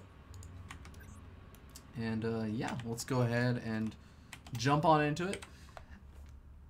As we spawn down here in the bottom right hand corner of the map, Deadwing, top of the pink Protoss player, representing Root Gaming, currently up 1-0 in this best of 3 series. It is Caliber. And his opponent, spawning up here in the top left hand corner of the map as the purple Protoss player, representing Team Gravity. It is Gravity's Trace. You know, Trace is actually a pretty good Protoss player. Caliber has been around the scene, though, for quite a bit of time. Trace, I feel like he's one of those up-and-comers that, you know, hasn't really found a whole lot of success yet. Caliber is kind of an interesting case because he's been around for a really long time, but he hasn't really gotten a lot of the big results that I'm sure he's been looking for. Obviously, being random made it very, very difficult. Being random for a majority of your career does make it difficult to get results. The only 2 random players I can even think of that get results are Balloon and used to be TLO before he became a full-time Terran player, before he became a full-time Zerg player. But you know, Caliber now switching over to Protoss much more recently, and hopefully I think he's looking to find a little bit more success. I feel like his name still isn't out there for people who aren't super familiar with the kind of StarCraft 2 scene, the North American scene, etc. But he is also on a nice team, Root Gaming, obviously one of the much more well-known teams out there, especially in the North American scene, definitely considered one of the top North American teams, and has a lot of opportunities available to him. So very interesting. I feel like in a way Caliber is sort of the favorite in this, just this series I should say. But Trace going to move it across the map and saying, you know what, I may be down 0-1 against Qualifier, and I may be down, or sorry, I may have lost 1-2. Yeah, dropped 2 games, but you know, it was a close tie game series against Qualifier, and now he's down 1 game against Caliber. But you know what, I still think that he has very much the potential to bring this back around in his favor, because you know, in Deadwing, it's a very interesting map. This map in cross spawn positions reminds me a lot of Ultrazine Stronghold in PvP, because the map is so damn big that you have to walk this long way. Hold on. We're gonna walk a little bit further. We'll walk and still going. Okay. And we're almost there. We're at the natural expansion, and boom, finally, we're in the main base. Oh, thank God. I hope you guys brought some water for that journey, because on Ultrazine Stronghold, there was a really interesting metagame that would happen where players would just go for Phoenix, because Phoenix were hyper mobile, and the idea was you could harass your opponent with your Phoenix as soon as they ever tried to move out. And by the time they moved out and got to your side of the map with those gateway units or whatever, your Phoenix could have killed off half of their worker line, or, you know, killed off a good chunk of their probes, and still come back to defend with at least a little bit of energy left over to lift up your units. And that was actually really, really annoying. I mean, like, it was really, really difficult. So it forced a lot of players to both go Phoenix, and we'd have all kinds of crazy Phoenix games. But we already see a little bit of a shift up from that. Trace going for the Twilight Council. And I did miss a little bit of the exact precise timings for the Gas Geysers, but you know, we could very well end up seeing a Dark Shrine. And yeah, we are going to be seeing that Dark Shrine coming out. I was going to say Dark Shrine, but then I was actually kind of deliberating, because he has a Chrono Boost saved up, but you know, he's just going to continue to Chrono Boost out the Warp Kit technology. I guess that'll work out just fine. Going to add on the second gateway as well. Now, this is also an interesting map because both of these players have not really scouted each other out just yet. Trace is trying to get a nice little scout off. He does have this proxy pylon over here. He actually hasn't scouted the top right hand corner, which makes sense because this is actually Deadwing. You cannot spawn horizontal because of this 3rd expansion. Because of this expansion, you are not allowed to spawn horizontal. So he knows where his opponent is, even if he hasn't scouted them out. And with this proxy pylon over here, I'm feeling he wants to be very, very aggressive. It's not just a, well, actually, you know, now he's gonna send that probe down to the natural expansion and take a natural expansion. So I take back what I was saying. I was gonna say, like, okay, it looks like he doesn't really care about what his opponent's doing. He just wants to be aggressive after the DTs. But no, he's just gonna go for 2 warp gates and say, you know what, this is like a DT expand. Get up the robotic facility behind us in case my opponent's going for DTs. And what do we see out of Caliber? Well, we have a forge, we have a robotic facility, we have 2 warp gates, or at least 2 warp gates soon to be, as they are now just popping out. But Observer also coming out for Caliber, and that's going to make it much, much more difficult for these DTs to do a whole lot. And of course, that sounds really obvious, sure, but I mean, you also have to consider the fact that Caliber, if he gets to pick off on the DT, he's going to have a really nice little tech lead over here, because what are you really going to do as Trace in this situation? If you've invested in this Dark Shrine, you haven't really been able to get a whole lot of damage out, and you're not up against, you know, a player that has a lot of Zealots where the Archons are going to be super duper useful. And oh, is he going to throw it down the force field? Yes, does throw it down the force field, and he's going to get a nice free DT. Just trades a little bit of energy for that DT kill. But I mean, Caliber is going to be building up a scary, scary army force, and he's going to be going straight up to that robotics bay after getting out that single immortal, saying, you know what, I saw my opponent going for the DT opening, and you know what? Most likely, you don't see, more likely than not, you don't see the DTs just as a 1 base all-in, so can probably assume that there is a natural expansion coming out.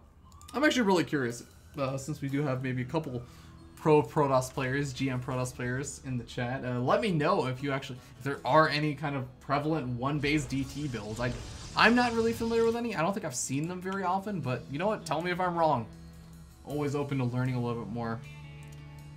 Regardless, Caliber finally sending out that very first scout of the game with the Hallucinating Phoenix at the 8.5 minute mark. Oh my god, so late into the game, but you know what? He saw the DTs. He kind of knows what's going on with his opponent for the most part. Confirms, okay, yeah, there is a natural expansion. He sees the Immortal, and that's going to be a nice reveal saying, okay, you didn't try and play too greedy. You got up your robotic facility. You're making Immortals. I don't see any robotics bay, so you know what? Everything looking pretty standard. Everything looking pretty good right now for me.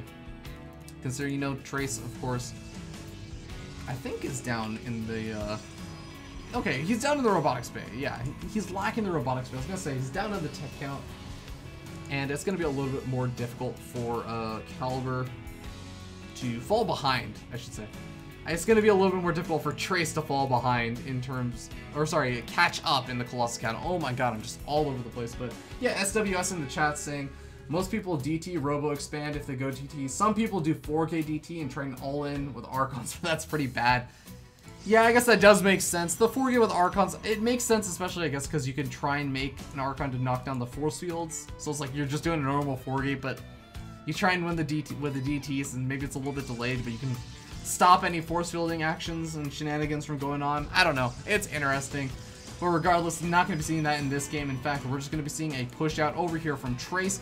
He has a nice proxy pylon established. Actually, 2 proxy pylons now going to be setting up, and oh, Caliber actually has some very interesting proxy pylons getting set up. Almost looking like he wants to take a 3rd expansion. I'm not sure. He was just trying to get an offensive position, but oh my god, some nice force fields coming down from Trace, segmenting off 2 of these Immortals and a lot of the units over here for Caliber. Caliber taking substantial losses over here, and Trace definitely getting the better end of that engagement, establishing yet another proxy pylon, and look at all of these Zealots warping in. Oh my god, that's so many units right now for Trace. He's hitting at the absolute perfect time. There's only a single Colossus out. This Colossus, I don't think it even has Thermal Lance right now, but it doesn't even matter. It's not even going to be really able to utilize it because the Zealots are right on top of him. Pros being pulled off the line, and Caliber, he's going to be sinking in supply. Another Colossus is going to be popping out, but he's going after the plates. Oh no, a little bit of miscontrol from Caliber. I think that this may very well just be it, guys. As GG gets called out, and Trace gonna be evening up this series 1-1. So really well played over there by Trace. And we are gonna be jumping into a game number 3 once again, ladies and gentlemen. Looking forward to this. All right. Tied up series between these 2 players. Let's find out what happens in the 6th game of the night. As we've already seen 5 PvPs. This is just PvP heaven right now.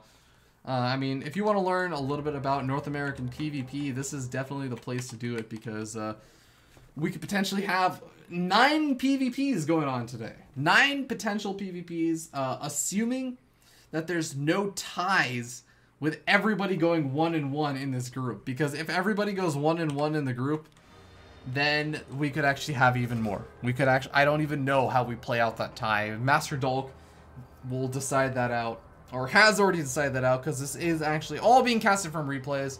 Full disclosure, this is all played out on Tuesday, but I do not know the results. So we're going to be jumping in and introducing the players as they spawn up here in the top right-hand corner of the map. Top of the purple protoss player representing Team Gravity. It is Team Gravity's Trace.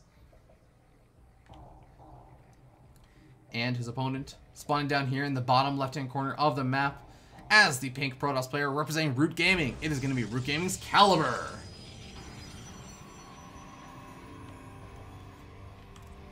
And this is a very, very important match right now for Trace, because Trace has already lost the first series 1-2 to Qualifier. Qualifier being the third protoss in this kind of group right now. And, you know, if Trace actually ends up losing this game, he's out. That's it. He does not have a chance anymore, because he'll be down 0-2 in the group. And that makes it impossible to go 2-1 or 2-0 or anything of the sort. So Trace needs to win this game if he wants to keep his chances alive. If he can win this game, then he has a chance that maybe Caliber will then go on to defeat Qualifier in that next series that's going to be played out. And then it'll be a 1-1 tie. Hopefully in that series it'll also be a 2-1, and that would be an absolute tie with the map scores as well. And that would actually drive everything into absolute chaos. So that's what Trace is hoping for. Caliber going to be looking to try and close out this series now, and he can tie it up this kind of series with Caliber, or sorry, with Qualifier. Sorry, he is Caliber. He's going to be tied with himself at all times, no matter what he does, no matter what he tries. He's always going to be tied with himself. But he's also going to be tied with Qualifier if he can manage to win this series. And then those two, it'll be clean and simple. Those two can play it out and decide, okay, winner of this series will qualify for breaking out Season 3. And SWS saying in the chat, the throws from Caliber in that last game, oh man, those force fields from Trace were pretty damn good. Caught up a lot of those immortals and everything. I mean, it did look like Caliber was going to be in a great position, especially with the Colossus coming out and everything. If he was able to hold on by that natural expansion, I think he probably could have held, I want to say. But yeah, that was a little bit unfortunate for Caliber. Hopefully he won't be trying to make that same mistake again. Hopefully he won't try and make that mistake ever in general. It's just general sense, you don't want to be trying to make mistakes. But Trace going to be opening up with a 2 gateway opening.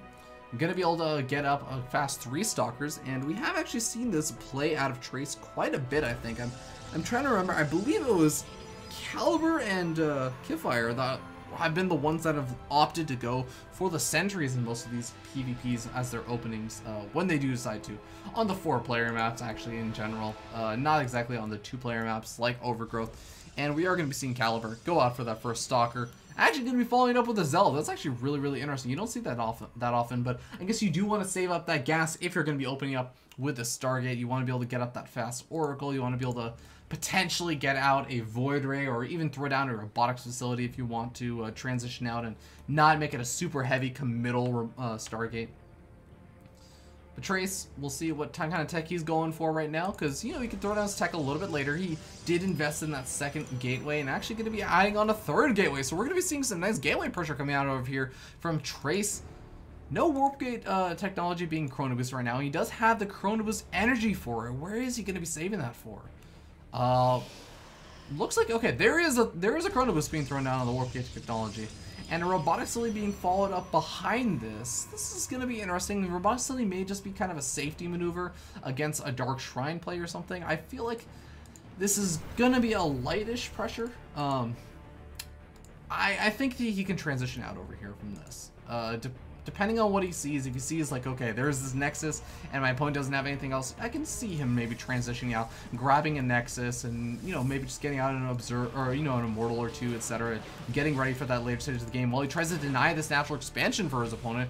And that's what he's trying to do right now. He's doing an okay job of it, getting a little bit of harassment damage done on this Nexus. Of course, Caliber, expecting more units to come out, doesn't want to engage just yet with just the Stalker and the Zealot and the Mothership Core. Now 3 Stalkers out over here for Caliber, more warped in over here. 3 more actually going to be coming in.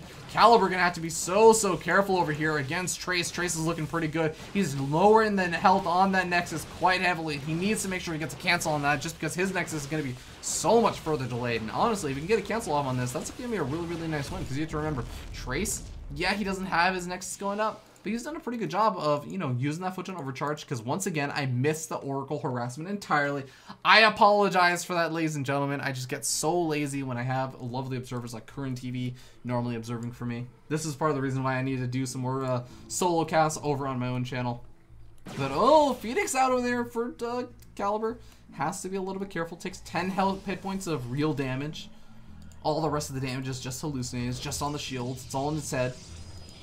But, with the Immortal coming out over here for Caliber, I feel like he's going to have a much easier time trying to defend. Now, there is still a decent number of Stalkers out for Trace, so this is by no means completely held off, just because those Stalkers can easily just try and blink onto Caliber's Immortal and just pick it off immediately and go for the win from there. If Caliber just gets a little bit out of position, maybe if he tries to go to low ground like this, oh, this is a little bit scary. Some Zealots actually going to be warped in over here. This could actually work out really, really well over here for Trace. There's no blink over there, though, actually, so I take it back. He does have to be very, very careful. The Zealot's actually getting focus fired down over here first, but now the Immortal is actually getting target fired down just a little bit by Trace. He's not quite focus firing down the Immortal. A second Immortal does come out at the same time that the Immortal does get picked off, so this Immortal is acting as a bit of a replacement, and it looks like for now, Trace is going to be able to push back this army into the main base, especially with another round of reinforcing warpins. Oh, the Sentry can go for the Force Field. He's going to be able to prevent this entire army from moving down. Trace missing the Force Field. Oh, okay, that was actually really, really close. I say missed the Force Field, but he actually gets it just in time.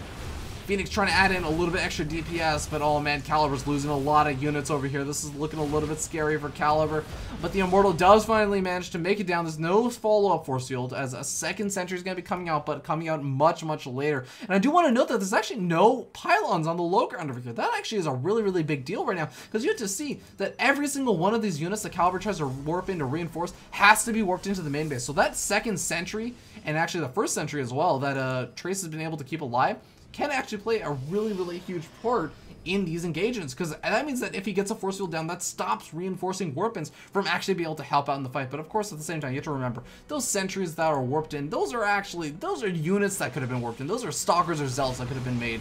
And that does cut down a little bit into the DPS. Now, we do actually see a little bit of poking and prodding once again going down. We could see some nice Force Fields just blocking out a Zealot and a Stalker, doing a little bit of good damage, but the Immortals are still around. They're going after those Stalkers. One Immortal does get focus fired down. This Immortal actually not doing a whole lot, trying to go after the Stalkers, finally actually getting out of that Force Field and going after the Zealots now, just trying to do what damage you can, and now able to get back on top of, oh, I guess more on top of the Zealots. But the Void Ray now going after the Stalkers. I feel like Caliber is doing a great job of holding this off. The Void Ray and the Immortal, the team power play. The Phoenix also going to be able to maybe move in over here and try and lift up one of these Stalkers as they try and retreat, because it looks like Caliber going to be taking the lead in that engagement and establishing that natural expansion. That is so important. He kept the natural expansion alive. He has the pylon there, so he can actually warp in over there. Not just going to get Force Field out in his main base, but I mean, he's going to be able to get out more and more of these Immortals. And of course, he could even maybe get out another Void Ray or so if he so chooses, but instead just going to get out that Mother Spore. Makes sense. You want that Photon Overcharge because it just buys so much damn time. But Trace, I mean, he is looking to be in a very, very grim and awkward situation right now. He has more Stalkers coming in across the map, just saying, you know what, forget it, forget the Oracle and everything. I think the Oracle did end up losing its life in that engagement, so he doesn't have to leave any more Stalkers at home to try and defend. You just got to go for it at this point. He doesn't have a natural expansion, and he's gonna have such a hard time if you try to take a natural expansion, because he's also down quite a bit in terms of those tech units. The later this game goes, the more difficult situation he's gonna be in. The Observer gets picked off finally as well. Caliber now gonna be able to keep an eye on his opponent. Now remember, of course, Trace doesn't have a Twilight Council, has a robotic facility, but isn't really making any Immortals out of it. It's just making as many gateway units as possible off this one base, and this is going to be it. This is going to be the big force. The Sentries are going to be the big power units over here, and actually may work out pretty well over here. Caliber, in the position that he's at right now, he's actually kind of walling himself in. This could actually work out still well for Trace if he can somehow manage to Force Field off as many of these units as possible. A nice Force Field going down over there, being very, very conservative with these Sentries. One Sentry actually getting lifted up, and it looks like a majority of those Zealots for Trace have been actually filtered out. The Immortals and the Stalkers and the Photon Overcharge and the Void Ray all making their way through, though. There's only one Sentry left. It gets taken out. I think this is going to be it. GG gets called. Trace is out. And it looks like Caliber going to be taking the series 2-1, saying don't lose to Qualifier, as it looks like even Trace a little bit of a fan of Caliber. And Caliber gonna be moving on to the next series to play against Trace. Or sorry, to play against Qualifier? Yeah, okay. Okay, that sounds right. That sounds right. And I'm gonna go ahead and update all these nice little scoreboards and everything. As we have Caliber gonna be playing up against Qualifier. There we go. But yeah, that's actually really, really cool to see. As now this is going to be the final series of the night. We've guaranteed actually that Trace is now out. So now it's just a normal best of 3. It's actually really cool. I'm really glad it worked out this way, just because otherwise there would have been all kinds of complications. We could see still a total of 3 more PvPs potentially coming out. It could just be 2 more. I don't actually want to say anything about that. I will say though that I do have the number of replays that are available, so I do kind of know how many games there are. But yeah, Qualifier did end up beating Trace, which is actually kind of crazy. I mean, both those players are pretty good, so I honestly could have seen either of those 2 players taking the series. But yeah, that is something that happened earlier on in the stream today, SWS. So yeah, let's go ahead and jump into it, not delay any longer, as we just spawn up here in the top right-hand corner of the map. Overgrowth on top of the teal protoss player is going to be player that won the first series 2-1 against Trace. It is going to be Qualifier. And his opponent spawned down here in the bottom left hand corner, also winning a series against Trace 2-1. Representing Team Root Gaming, it is Root Gaming's Caliber. And I haven't really been taking any like breaks or anything, or any water breaks for that matter, between these games. So I'm just gonna go ahead and take a swig of some water. And it's amazing. I'm gonna let you guys in on a little secret. Almost every single time I'm casting and I try and drink water, I was drinking it in such a hurry that I end up spilling water all over myself. So that just happened. Yep. Happens every time. It's okay. It's just part of the caster life. But PvP once again between these 2 guys, and by once again I mean I've never seen a PvP between these 2 guys. Definitely not back in the day before I could, you know, at a time where I like, oh, it was so long ago that I couldn't remember it, just because Caliber used to play random, seems highly unlikely, and Trace, well sorry, not Trace, Qualifier, I haven't actually seen that much of lately. You know, he's definitely been around, but I haven't actually seen him making like those big deep runs into a lot of qualifiers. He's still a very good player, but you know, he just hasn't had a quote-unquote breakout performance. Go figure. For the breaking out show, he's trying to find that breakout performance. Of course, same deal for Caliber, but I think that he's a little bit more well known, definitely known maybe for his time on the team Light as well, Light Esports, which was a team formerly run by Qualifier. Had some really solid players on there. I actually missed Light a little bit, but cool to see Qualifier and a couple of those other players from Light still getting back into it. Still playing a little bit of that StarCraft 2-age.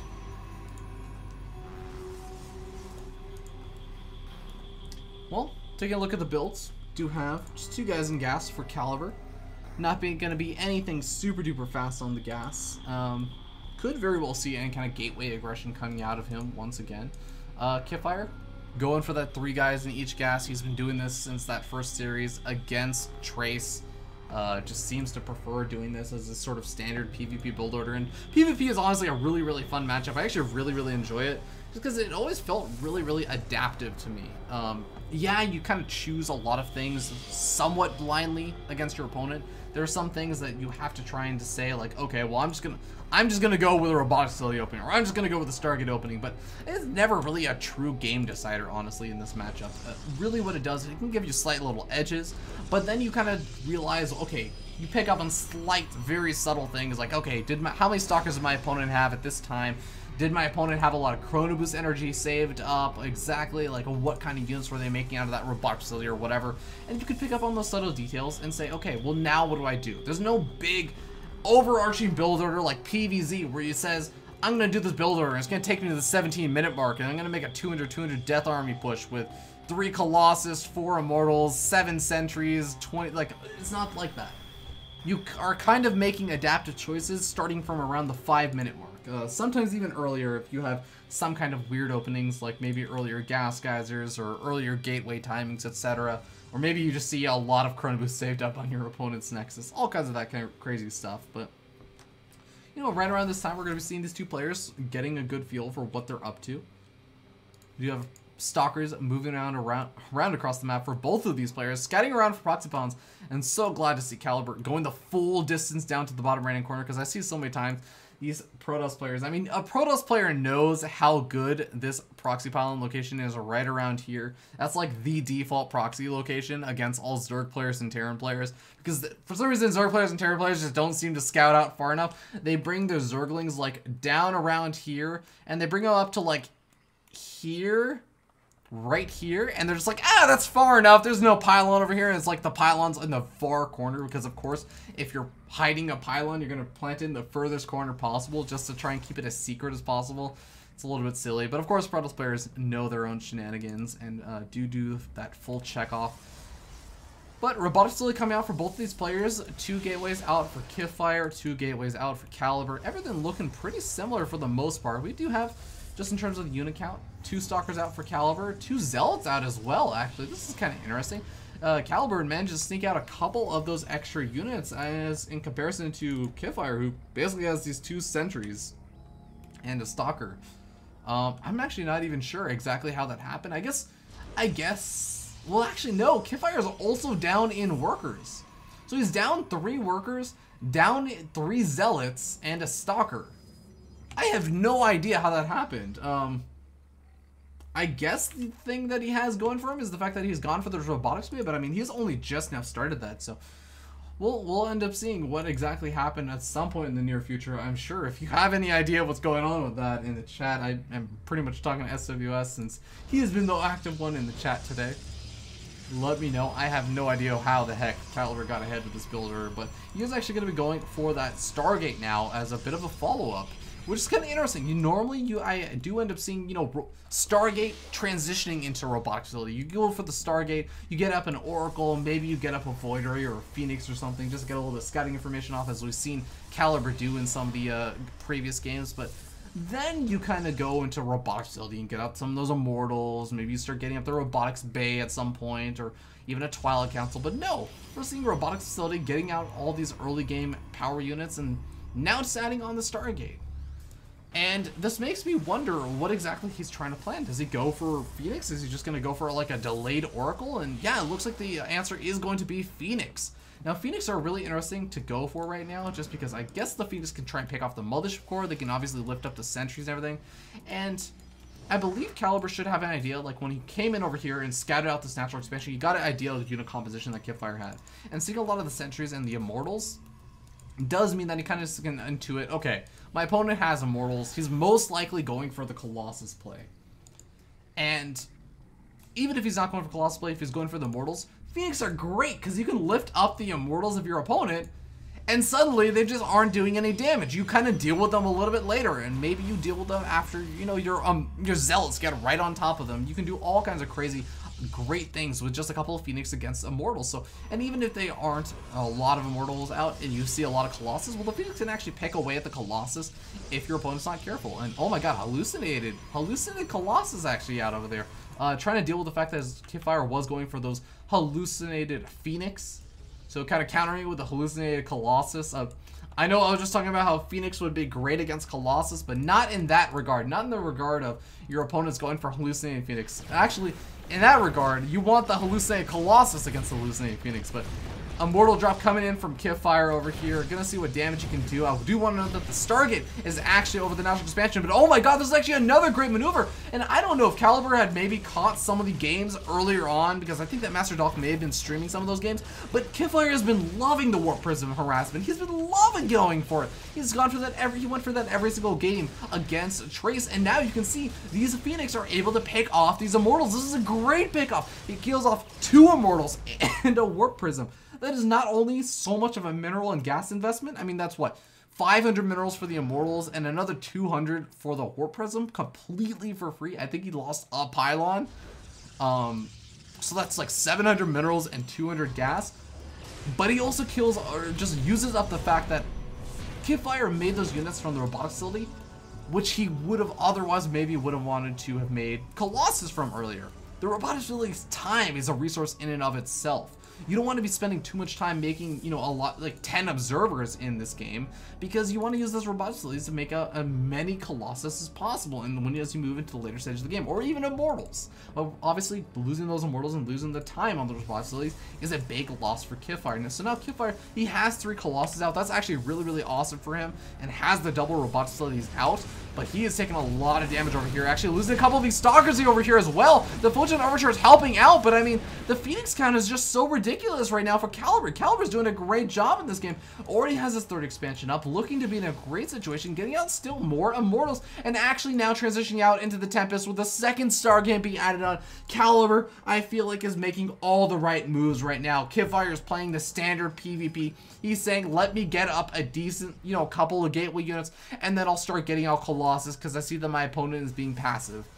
But that's not the way that you can play against Caliber. Caliber is playing this completely wonky. You don't generally see a player just say, you know what, my opponent's going Colossus, so let me get up a ton of Phoenix. I know I've seen this play done a couple of times, but it's not a standard play. Qualifier does have to be a little bit careful. I like the fact that he's actually going for some of these High Templars now. He has the Templar Archives warping in those High Templars to not only potentially get up the Storms, which is now actually just finishing the research. So you can now storm those Phoenix. That's awesome. That is great. But he can also go for the feedbacks on these Phoenix. Now, if these Phoenix don't actually end up using a lot of their lift-ups, which, you know, based on the fact that they're just kind of moving around and trying to get pickoffs on the Colossus, they might not all be using their lift-ups, especially when you have this many of these Phoenix. You can actually do some nice damage with the feedbacks. In fact, it can go out pretty well. And you know what? If your opponent's using up a lot of their energy, then no problem. A lot of actually lift-ups done over there. We're killing off a couple of those probes, actually, as now we end up seeing 18 workers killed so far for Caliber. And Caliber's also getting up these Tempests. I mean, with the double Stargates, once again, I want to note, these Tempests, they're completely unscouted, I think. As far as I'm aware, these Tempests are not scouted out by Qualifier. Qualifier has been trying to send out a couple of those hallucinated Phoenix, but I think these Phoenix over here have been able to pick off a lot of them. So once they finally pop out, I don't know if Qualifier is going to be surprised. I mean, when you see this many Phoenix, you may be thinking, like, wait a second, you have more than one Stargate. You're producing a lot of Phoenix. What's going on over here? Are you about to make Tempest over here? That is definitely going to be maybe a concern over here for Qualifier. And actually, you know what? I feel like the more that I look at what Qualifier is doing, the more that I kind of start to think, you know what? Qualifier probably realizes that he is making more Immortals, which, honestly, yeah, the Phoenix are going to be awesome against, in the sense that they'll be able to lift them up, but the Tempests are not going to be amazing against them, just because, yeah, they'll eventually kill off the Immortals, but the Immortals kill everything on the ground that's not a Zealot before that. So it could still work out. The only problem is I feel like Qualifier, well, I guess he has a splash damage through the High Templars. So he can splash damage down a lot of the Zealots and also use those High Templars to get Archons. And, oh god, actually Phoenix now moving over here. Oh my god, these Phoenix are actually just picking up Immortals as they pop out of the robot facility and killing them off. That's actually a little bit disgusting. At the same time, I also want to note that these Phoenix are giving Caliber complete map control right now. Think about this, alright? Qualifier moves out with this army. He gets up to about here, and these Phoenix from Caliber decide to poke in and see that the army's not at home. What do you think they do? They kill the mineral line. They don't care about 1 or 2 photon cannons in the mineral line. They just go for it. And all they really have to do is get out with maybe a couple of Phoenix, and then he comes back home and tries to defend, picks up a couple of these Immortals that are still left over here for Qualifier. It looks like just 1 Immortal left over.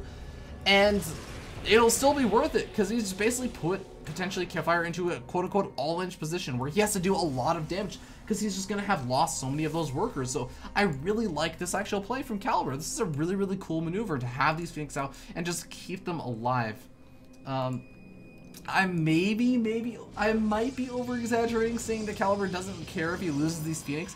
Maybe he'll care now that he's starting to get maxed out, but I think there's still a lot of value in those Phoenix. Maybe trying to do some harassment to the actual Colossus, and of course, maybe even if he can force a couple of those feedbacks from Qualifier, I think that would actually be great, just because those feedbacks could have been Storms. And Storms, yeah, they're not amazing against Tempest or Colossus or heck, well, I guess that could be okay. When you have this many immortals, Storm can actually be kind of nice because it actually drastically reduces that immortal shields, the hardened shields, quite quickly on a lot of different immortals. So it's kind of like a big splash damage. Just to say, okay, there go your hardened shields. Now you're going to start taking real damage.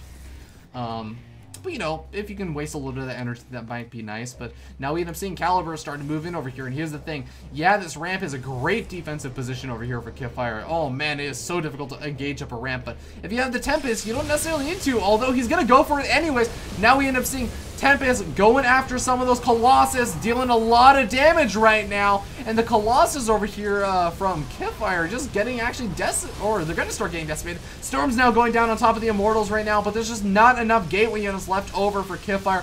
Qualifier also losing out on the air battle, and the Phoenix managed to survive. More and more Zealots being warped in, but honestly, these Phoenix could actually probably just go for it. They could just go after those Colossus and murder them. Not, let alone the Tempest, I suppose, could also do the same thing. And it looks like Caliber is going to be in a great position to push in over here to the National Expansion. Maybe even move into the main base. I mean, what is there really going to be a big fear of? I don't know if the Mothership Core is still in here. I don't think the Mothership Core is actually alive right now for either of these players. No Mothership Core around. But still, even if there was some kind of counterattack push, I feel like there's still a lot of warp gates around for Caliber. He can still defend, honestly, just fine. He even has a photon cannon each one of those mineral lines. He's now going to be actually taking out that natural expansion. Now pushing back in. God, one-shotting those Colossus as they just try and overextend just a little bit. Archon's doing a good job against these Zealots, and oh man, Qualifier, he's holding on, he's holding strong, doing his best to try and stay in this game, but it is looking so grim. He's just down so far in the army supply, almost 80 to 70 army supply down right now, up against a lot of charged Zealots. He's up against Archons, he's up against Tempest to just murder his Colossus count. Even got the Phoenix in over there to make sure that he can't retreat out, and that is almost definitely going to be a GG gets called, and Root Gaming Caliber going to be taking game number 1 in this final best of 3 series. Alright, let's go ahead and get that scoreboard updated, and we'll move on into game number 2 between these two players. And once again, this is the series to decide who is going to be the 5th player to qualify for Breaking Out Season 3. We already actually have Jon Snow qualifying for the first qualifier. We also had, oh man, who was it? Zand, the Terran player. So we had a Zerg player, Jon Snow, Terran player, Zan, qualify from that qualifier. We had Medei being one of the players who was invited. We have Panda Bear Me. So Medei is a Zerg player. So we have 2 Zerg players then. Panda Bear Me, a 3rd Zerg player. Qualifying through the Zowie NA Rumble qualifier number 2, the one that all these players played in. And now we're going to have a Protoss player. So we're going to have 2 Protoss, 3 Zergs, and a Terran. Honestly, I'm pretty happy with the Terran count right now. We have a Terran who qualified. Ladies and gentlemen, that is more than I can say for any of the previous seasons of Breaking Out. So already pretty happy with it. But let's go ahead and jump into this next game and introduce the players and find out who is going to be winning this game, and will we see a game number 3? Because if Caliber wins this game, he's qualified. That's it. That's all he has to do. Qualifier has to win 2 games in a row. It's going to be hard. It's going to be rough, but not IVD rough. This is a Protoss match.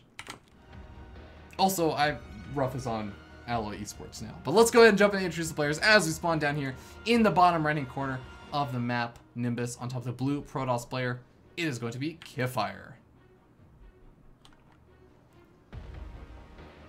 And his opponent spawning down here in the bottom left-hand corner of the map, representing Root Gaming. It is going to be Root Gaming's Caliber.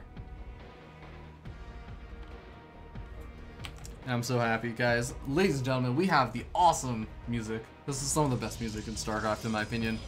This is the epic music, because there's going to be a lot of the line over here for Qualifier. Again, he has to win this series, or he's out. He can't drop any more series. There's no more leeway. There's no more players he can play against. There's no more games he can drop.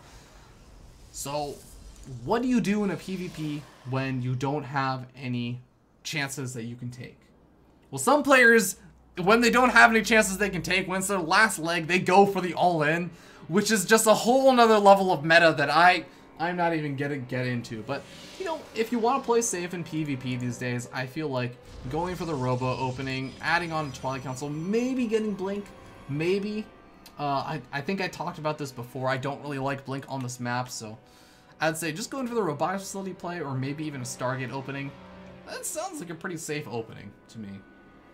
Get up a couple of Mortals.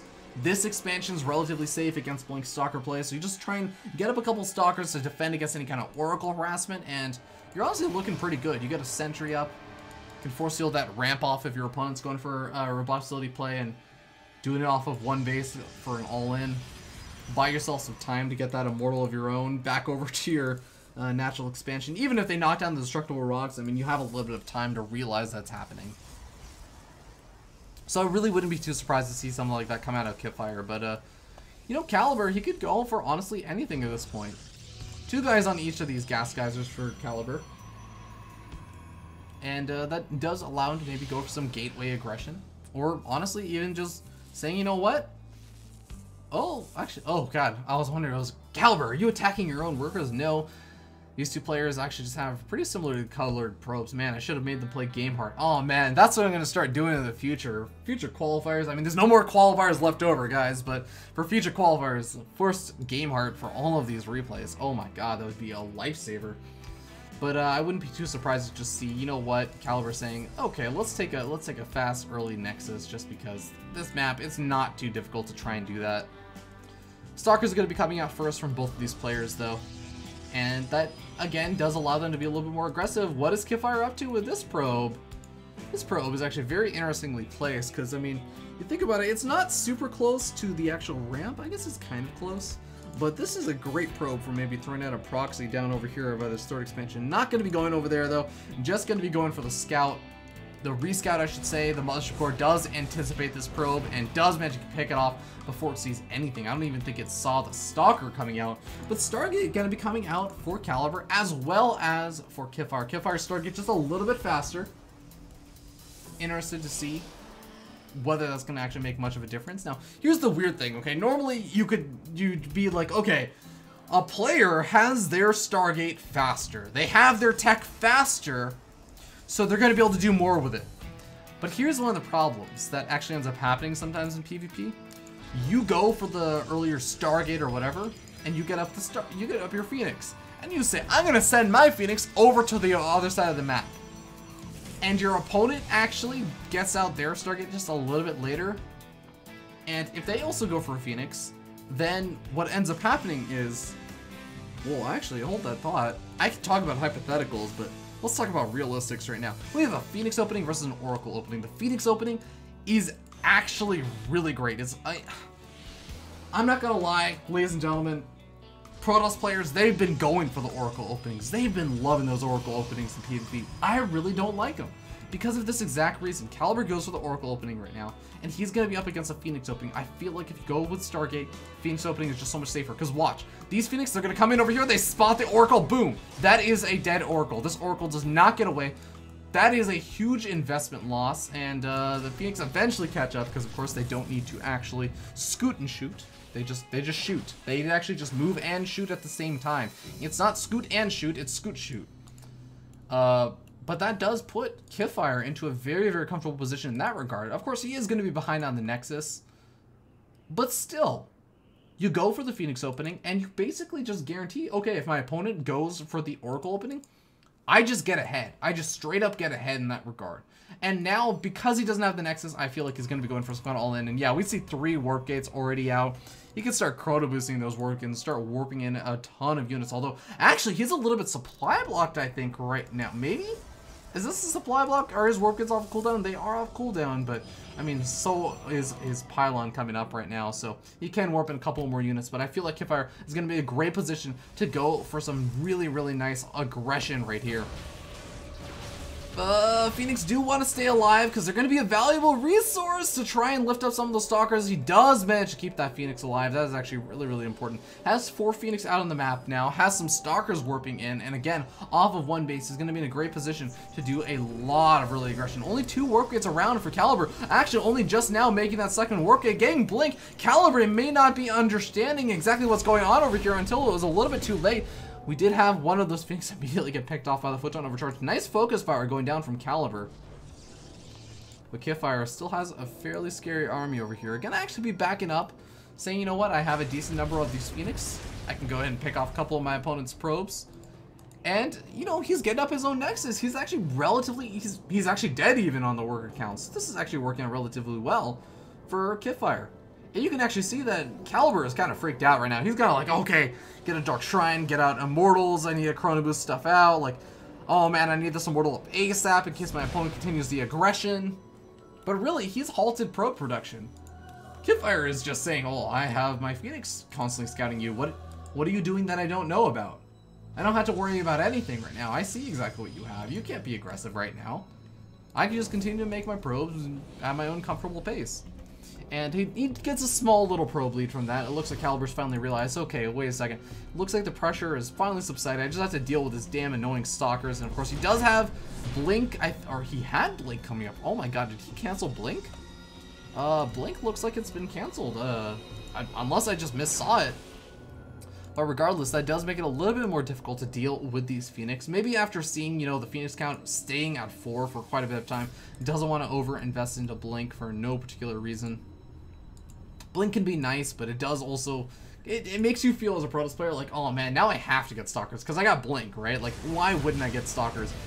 But, you know, Phoenix coming back in over here, just lifting up 2 probes and retreating out, taking a little bit of Phoenix damage, but honestly, that's definitely worth the trade. Now, we do end up having a Warp Prism coming out for Caliber. The Phoenix are on the other side of the map, so this is actually going to potentially work out relatively well. Warp Prism now warping in, a single DT, a second DT now coming in, but it looks like Qualifier has noticed, and he probably realizes, wait a second, Warp Prism just went into phase mode and then immediately just unfazed and left. I mean, that seems a little bit silly. He definitely knows that there were DTs coming out.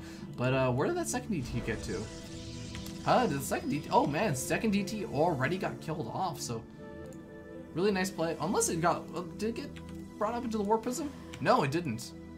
So yeah, it did get killed off. Nice defense over there from Qualifier. Qualifier is actually looking really, really solid in this game. He has kind of like the big tech units that he wants. He has the Immortals. Again, going for that earlier Stargate, he has the Void Ray. Whereas, I mean, you can see over here, Caliber, it's looking okay, but he keeps taking damage to these Phoenix, kind of harassing. And yeah, he's finally starting to pick off a couple of those Phoenix, but he's just making a lot of Stalkers, and this is exactly what Qualifier wants. Qualifier has been going for these Immortals, chrono boosting these guys out, and he's going to have such a strong army composition against what he's forcing Caliber to make right now. Caliber has a couple of units of his own that are going to be useful, and yeah, he's getting up the Templar Archives, and this is going to be nice. Wait, what did that just hit?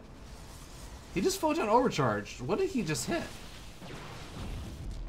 I have no idea. Maybe he got like a pot shot off on the Phoenix, but Phoenix continue to be annoying. Oh man, I really like that control over there from Qualifier. Keeping all these Phoenix alive. Don't like this to control as much. Qualifier! Qualifier, control your Phoenix! Oh no! He's gonna end up losing one of the Phoenix. The other Phoenix very, very low in health. And the difference between 2 Phoenix and 3 Phoenix is actually just a really, really big deal, because you take out probes so much slower when you only have 2 Phoenix. It becomes so much more difficult to actually do a whole lot of damage with those Phoenix before the Stalkers finally get into a good position to defend your mineral line. So these Phoenix are mostly just going to be, I think, around for scouting purposes from now on. Maybe they'll come into the fight and kind of lift up an Immortal or something to be helpful.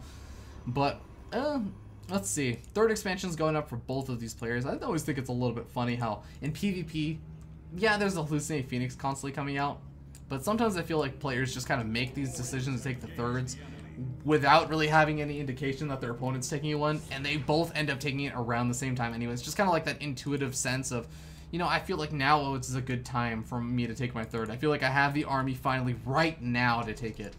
But actually, Caliber, maybe his alarm bells are a little bit off. Maybe his he accidentally set his alarm to AM instead of PM, or sorry, vice versa. I don't even know, because he's taking a 4th expansion. This 4th expansion is a hidden expansion, and this could pay off.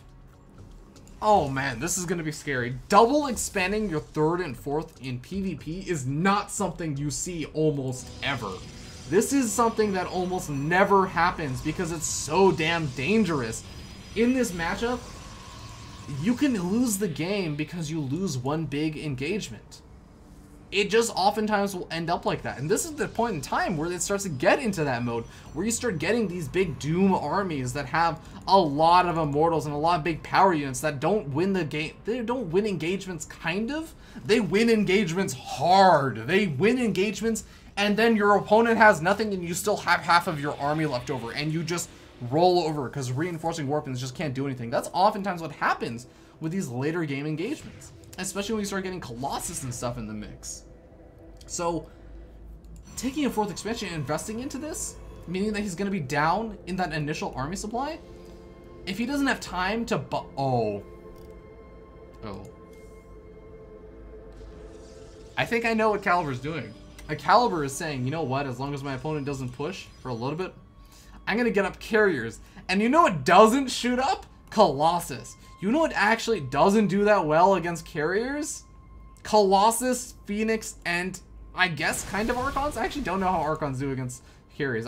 Carriers are honestly the most cost-efficient damn unit in the game. And oh, looks like he's gonna be retreating out over there from that 3rd expansion. Just saying, you know what? I don't even need to try and defend it. I would actually, God, you know, on one hand, I wanted to say like there's some really cool moves you can do where you can kind of recall the probes over to the hidden expansion.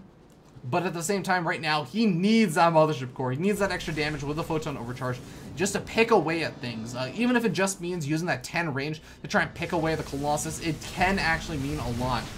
Being able to pick away at those Colossus just a little bit faster. So leaving that Phoenix there, the Mothership Core there is going to be really, really important. Already throws down the Photon Overcharge. Maybe wants to be sure also that the Phoenix aren't kind of picking away over here. But Qualifier may actually not really realize that it's actually now even bases for both of these players, because there is this hidden expansion up in the top right-hand corner.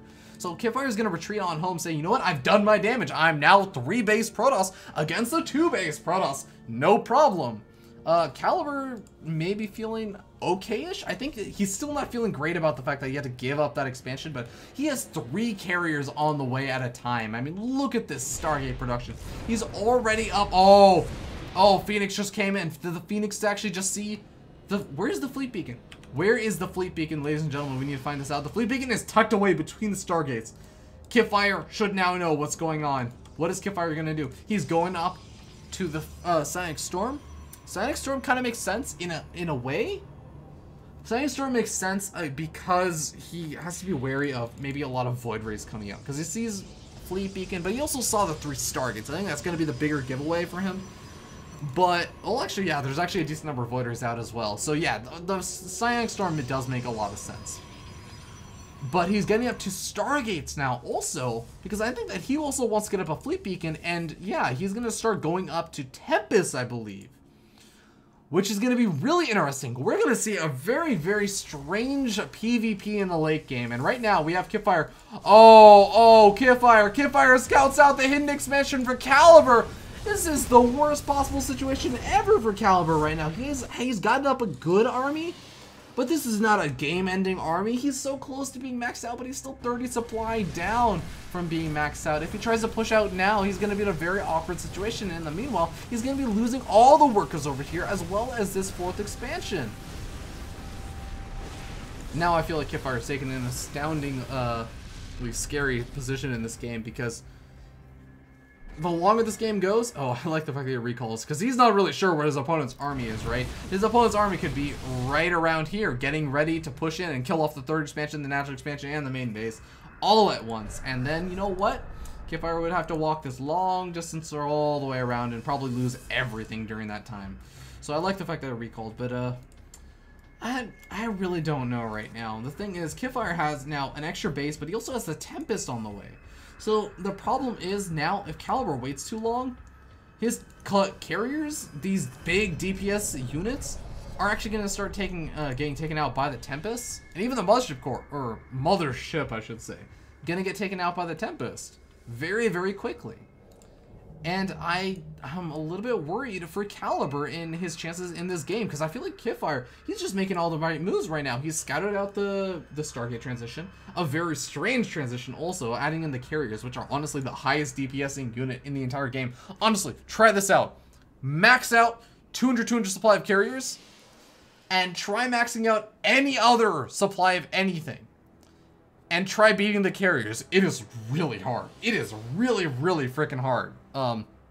Assuming you give the carrier player enough minerals to reproduce the interceptors if you do them against 200 supply of marines. Because that's a little bit difficult. But regardless, it is going to be very, very difficult to actually deal with the carriers, but the Tempest just make it so much easier.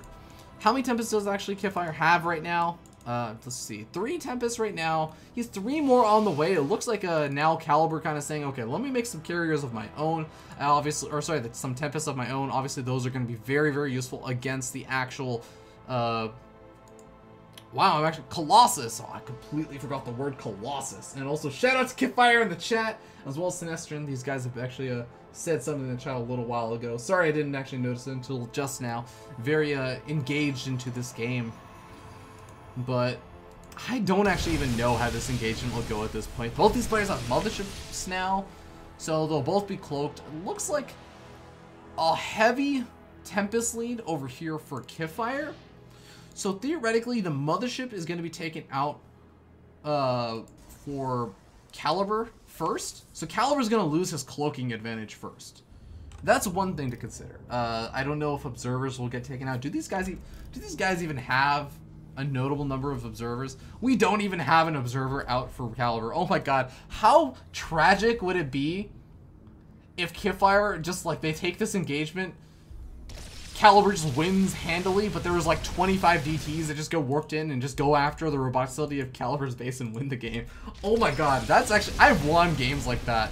But oh my god, Qualifier is sacrificing the Immortals. I'm not sure if that's a good idea. I mean, the Immortal's not going to help out against the Stargate units, but that's still a very, very heavy investment. I mean, that still would have been useful against the Immortals of your opponent. That still would have been useful against, well, I guess not against the Stalkers. And, you know, I guess there's no Colossus in this army. So I guess, I don't know. I don't hate the idea of trading out the Immortals. Regardless, I feel like Qualifier is he's gonna have that nice early initial advantage with the actual engagement. He's gonna kill off, first of all, the mothership first, get rid of the cloak, in case his observer ever got sniped, which I don't think it really will be. But even after that, he's going to be able to start going after those carriers very, very quickly and start really cutting down the DPS of that. Nice little bit of Zealot harassment coming out over here for Qualifier. Just kind of putting on a little bits of pressure, and you can see over here that we actually have Caliber down to just 42 workers by this point. It does have a lot to do with the fact that there was that Nexus sniped off over there. And, I mean, Caliber he's on 4 expansions, but now Qualifier going up to a 5th expansion. Already looking a little bit better economy-wise. Has a really nice mineral bank. Actually, that's something we haven't talked about at all. As hold that thought, we may be seeing the main engagement over here. Hallucinate Colossus coming out over here for Qualifier. The main Stargate army is now charging in right on top of the storms. Oh my god, so many storms now going down on top of this army. No feedback's going down on top of the mothership, but I'm not sure if it's going to matter. All the Void Rays are gone. The carrier's now under fire against the Tempest, and the Tempest kind of just out of control over here for Qualifier. The Colossus don't even really need to do a whole lot. This single Archon, up to 3 kills. GG gets called. Caliber gonna be GGing out, and Qualifier are gonna be even up the series 1-1 in this best of 3 series, and we're going to be going to the maximum number of games being played out here today, ladies and gentlemen. It's going to be going to game number 3. It's going to be going to game number 9. Through a series of 3 best of 3s, we've seen, or we're going to see, 9 PvPs. How insane is that?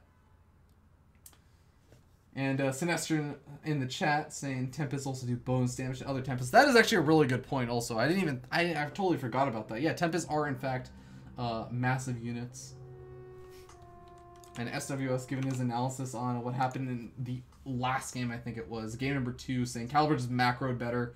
I think it was actually game number 1, maybe. Yeah, game number 1, because we just watched game number 2. But yeah, saying that SWS actually outplayed him, quote unquote, in Zowie, and he just went Mass Phoenix in the mid game. SWS, a former Breaking Out player, but has actually already been on Breaking Out, so didn't actually qualify for Breaking Out through the qualifier, even though he made it really far in the Zowie NA Rumble. So shout out to SWS, really freaking awesome guy. Meditate before a match, focus on doing better. That's awesome, man. So apparently Qualifier meditates before matches?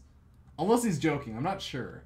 But that's freaking awesome. I respect a player who meditates before his matches, because the mentality moving into games is so damn important. Oh my god, that gets so undervalued sometimes by players, I think. But Yeah, Tempests do counter carriers and other Tempests. Tempests do counter themselves. But, ladies and gentlemen, I'm not going to keep you guys waiting here any longer. Shout out to everyone that's sitting over there in the chat, and of course, anyone that's actually watching this on YouTube. But let's go ahead and jump into our final series of the night. It's going to be this PvP on the map. Deadwing, we're going to be spawning up here in the top right-hand corner on top of the blue Protoss player, tied up 1-1, fighting for his tournament life. It is going to be Qualifier. And his opponent spawned down here in the bottom left-hand corner of the map as the pink Protoss player, also fighting for his tournament life. This is going to be the game to decide it all. It is going to be Root Games Caliber.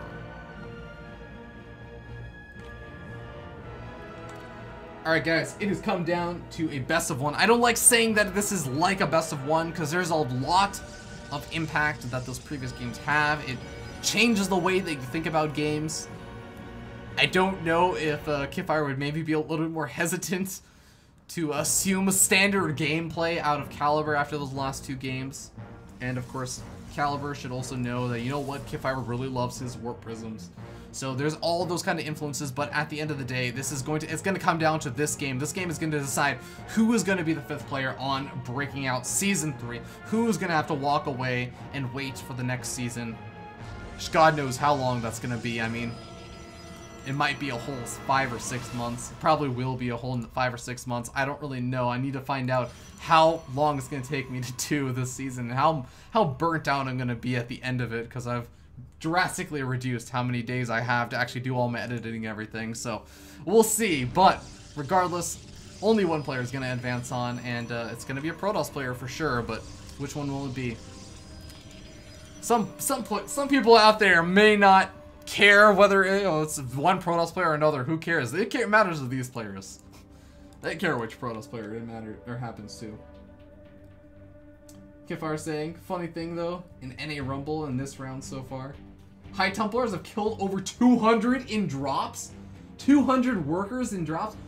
Holy cow, dude. Okay, I want to also give a shout out to Qualifier because he's been doing the High Templar drops, which has just been freaking awesome. He has actually been killing off a lot of workers in these games. I think it's a little bit it feels like it's been a little bit harder to sometimes see it work out in PvP. But still, it's been able to work out pretty damn well sometimes. Actually, you know, I just had a thought. If you go for the High Templar drops, I was thinking, you know, like, okay, how would you deal with it? Well, Protoss instinctively just thinks Mothership Core. Photon Overcharge. Awesome. Alright, well, I mean, you're not really, first of all, the Mothership Core Photon Overcharging, not actually going to do that much, right? Because you're gonna hit the Warp Prism maybe once or twice. The High Templars may take like 1 or 2 shots, but that's not gonna actually make that big of a difference because the High Templars are just gonna storm and get loaded back up in the Warp Prism. And on top of that, if you instinctively just bring your Mothership Core back over home to defend when you see the Warp Prism, you're actually gonna get it fed back. How cool is that? I just realized that. That's awesome. That's actually really, really cool. Of course, they are still a big investment. SWS actually saying also, High Templar drops, you know, if you know they're coming, you just 1A. I think he's talking, it's a little bit ambiguous what he's saying, but I think what SWS is trying to say is that there is 300 gas worth of your army invested into these High Templars, as well as another 200 gas invested into Storm. So 500 gas invested into this thing that you're trying to make do damage. That is not invested into an army. So that's 2 Colossus and an Immortal worth of gas. Obviously not that many minerals, but still, that's a lot of units. That could at least still be a full Archon and a High Templar, right? That's still a lot of units, so you have to find a way to defend knowing that you're going to have all of those resources lost. And oh my god, wait a second. What is going on right now? We have 3 gateways out for Caliber. He's chrono boosting out this Warp Gate technology. Oh, he actually has a really nice lead on the Warp Gate technology right now. He's up a good 40 or so seconds. Qualifier could be in some trouble right now. Qualifier now moving in with this 1 Stalker, but he's going to be encountering a 2nd Stalker over here. 2 Stalkers out for Caliber. He catches Qualifier's Stalker very far out of position. This Stalker is going to go down, and now Qualifier going to be in a world of trouble. Oh no, Caliber now planting up the pylons inside the main base of Qualifier. No photon, or sorry, no sentry energy going to be around. Only just now is Warp Gate technology going to be finishing up in another 10 10 seconds. Warp technology is already finished up for Caliber. He's planting down that pylon in the main base. Only 2 gateways out right now for Qualifier, but the 3rd one's on the way. He has the Dark Shrine though. As soon as these warp gates finish up, he's gonna be able to get out that Dark Templar. There's no detection over here for Caliber. There's no way Caliber can make this work anymore. 2 Dark Templar warp in. That's all he needs. Warp Prism is going to be able to do a little bit of harassment, but Photon Overture is going to push that back. He may even end up losing its life if it's not careful. Oh god, 1 shot away. Dark Templars are now out though. He defends. That's the defense. Now the nice thing over here that I have to say about Caliber's situation is that 1, he's first of all gotten this pylon wall up, but there's actually no proxy pylon out for Qualifier. Qualifier did not get an opportunity to send out the probe. I think he tried to send out the probe. It got picked off by those earlier stalkers. So there's no proxy pylon on the map. These DTs had to walk their entire way across the map if they want to get any damage done. And of course, after having them revealed now, Qualifier not even going to bother. He's just going to turn them into Archon, say, you know what? An Archon is going to add more value to my army, considering my opponent still has a lot of scary stalkers.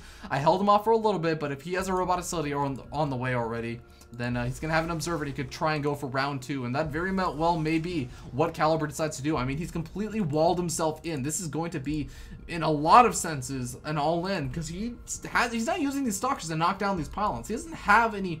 Well, I guess he does have a probe on the other side of the pylon wall in. But this is the only probe. And it's not at the natural expansion. It's on the other side of the map. Throwing down proxy pylons. More stalkers being warped in.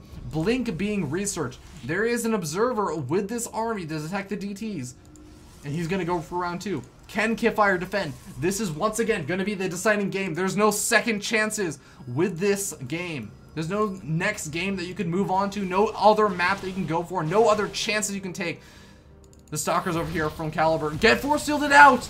He does have Blink finishing up in another 50 or 60. Actually, 90 seconds. 80 seconds. I can do math. I'm doing math on stream, ladies and gentlemen. But he's going to get a cancel off on this Nexus. That's going to be a really nice win over there for Caliber. But at the same time, Qualifier, he's going to just buy himself a little bit more time, getting get out another Immortal, and getting get out a Warp Prism. Oh my god. Only Qualifier says, you know what? I'm up against a really, really scary army. Even with the Immortals, if my opponent gets a nice blink up on top of me, I could die. Let's get a Warp Prism and we'll put on counter harassment. Oh, getting supply blocked. Oh, that's a little bit painful for Qualifier right now. But still, I like the sentiment of getting the Warp Prism. He does have to be so careful right now, though. He's moving down the ramp. The stalkers could move over to the main base. Oh, okay, Qualifier. Oh god, Qualifier scouted it out with the warp or the hallucinating Phoenix, but decides still to move down. Oh, I don't know about this. I don't know about how much I like this decision. He can recall over into his main base. I guess that's what he could do if once he sees this. But oh god, he's so far out of position. These stalkers, they can't cancel on the Forge. Zealot's being warped in over here. The Zealot's gonna lose their lives. He's buying himself time, but the Warp Prism gets scattered out over here. Some nice blink micro, although he's blinking back, he's not actually blinking down to the low ground. He kills off the Observer. He kills off the Mothership Core. Those are some nice wins. Maybe he can actually continue the Blink Stalker harassment then, but oh god, he loses so many of those stalkers, and his opponent keeps his Immortals alive. Another Observer going to be Chrono Boosted out, so not going to be too big of a concern over here for Caliber. Or sorry, for Qualifier. And both these players going to get up their Nexus. Looks like this Immortal, it doesn't show it, but this Immortal's a killer of pylons. Killed his own pylon. What a traitor. But was a necessary step to try and take that Nexus. And amazingly enough, it looks like this game may actually transition out into the later stages of the game. Caliber still really just does not have a hugely tech-oriented army right now. And he's also down 4 or 5 workers, but still looking to be in a good position. And look at this, he's going to be able to blink up into the main base again. Once again, this army is a little bit out of position. Oh, he's getting into the main base, and oh, I like the fact that Caliber just kind of poked ahead with that Observer and just saw, okay, wait a second. Oh, there's your army. No, I'm not going to blink into the main base. I'm not going to lose all my stalkers right now. Although now he's seeing the army moving. Hallucinated Warp Prism. That was actually a really cute move. Oh, that's actually so smart. Qualifier doing a total fake out right now. He hallucinates the Warp Prism not only to maybe take some damage and stuff, but then he suspects that Caliber will see that Warp Prism with the Observer. And then Caliber will probably assume, wait a second, okay, your Warp Prism's at home. I don't have to worry about defending my main base. But there's a Warp Prism moving in over here from Qualifier. Has 2 DTs in the mix. 2 DTs could be very, very effective right now against this army, because where is the Observer out from Caliber? He does have a second Observer out on the map. It's sitting at the natural expansion, but the 2 DTs are already in the main base. They get some good damage done. Warp Prism actually does get hit by 1 Photon Overcharge shot. The Warp Prism actually just gonna buy time over here. Oh my god, he's buying himself so much time. The Warp Prism actually gonna warp in a couple of DTs over the natural expansion, but the anti-air, then the units, they're not dealing with these DTs over in the main base. Looks like finally the Observer has made its way over to the Nexus, and now it looks like, yeah, the Nexus is gonna be safe, but the DTs, they're now going after probes over the natural expansion. Caliber taking a lot of damage. He's down to 27 workers. So many workers killed. 12 workers killed this game. And Caliber looking to be in a very, very dire situation after losing all of those workers to that very nice 1-2 punch harassment. I mean, okay, here's the issue with that, guys, is Caliber had Stalkers on the other side of the map. He was being aggressive, so he didn't have his full roster of units. He didn't have his full roster of anti-air units. So he sees the DTs moving into, or in the main base, trying to focus right down the Nexus, but then he sees a Warp Prism moving over to the natural expansion. He says, okay, let me deal with the DTs, I can deal with the Warp Prism next. But then the Warp Prism warps in 3 more DTs to the natural expansion, and suddenly all of your probes are either off of mining or getting killed off. What do you do at that point? You have to deal with both of them. But you only have 1 Observer with you. The other Observer's on the other side of the map, so it was a great play from Qualifier. Worked out superbly. I don't even know if there was something else that Caliber could have done other than have another Observer back at home and ready to defend. Because that is something that, you know, a lot of Protoss players kind of get a little bit greedy with. They say, well, I have an Observer at home, I can defend against DTs. No. You have an Observer at home, you can defend a base against DTs. If you get hit from both sides, it's going to be difficult. Amazingly enough, I do have to commend Caliber, though. He's got some great macro. Is actually already somehow caught up in the work count. That does also have to do in part due to the fact that Qualifier has really just not been producing a lot of workers, which is really interesting. He's going for the 3rd expansion, and he's kind of cut a lot of workers. He's missed out on a lot of opportunities to get a very nice worker lead. Maybe afraid of some kind of big all-in after killing off so many of his opponent's workers, but I don't know. I feel like it's a bit of a missed opportunity. Regardless, he's still going to be able to maintain a decent worker lead. You know, 4 workers, and has a 3rd expansion on the way. Of course, so does Caliber. But, you know, you also have to remember that the fact that he was not producing workers also means that he was also producing a lot of army units. So he has a lot of these power units. I mean, just look at this immortal count. 5 immortals. What are these Blink Stalkers really going to do? They're going to come in over here. They're going to kill off a cannon. I guess that's nice to kill off a probe, but the damage that they can do is very, very limited. Well, Qualifier gonna try and poke out a little bit. Throws down a Time Warp, a little bit of a, I don't know. I wouldn't say it's useless. He picks off the Observer because, you know, Stalkers can't really do a whole lot to defend that. The Time Warp does force the blink out of those Stalkers. The Stalkers get away for the most part unscathed. And Colossus is gonna be coming out for Qualifier now. Out of these 2 robust facilities, we have been seeing Double Robo, a very, very popular choice in this matchup. But oh my god, DT's back in the main base once again. Going after that Nexus once again. Only 2 more workers killed so far. But the Warp Prism gets out alive once again. And oh, will it be for long though? Caliber, he smells blood. I think there's more than enough dead airspace over here though. There's not a whole lot that Caliber can do about this Warp Prism moving back in. And after seeing actually so much of the army over there, he's just gonna unload 1 DT, take out this pylon, remove a little bit of that extra vision that sees the DT coming in a little bit sooner. 3 Zealots gonna be warped in, but honestly, what are they really gonna do? Well, actually, no, the Warp Prism not gonna pick up that DT. I'm a little bit surprised, but at the same time, I kind of understand that. I mean, you're not really sure where those Blink Stalkers are. The Blink Stalkers could always just blink right underneath the Warp Prism if he gets a little bit too far in with that. Would rather keep the Warp Prism alive and let the DT die than save the DT, but potentially risk losing the Warp Prism.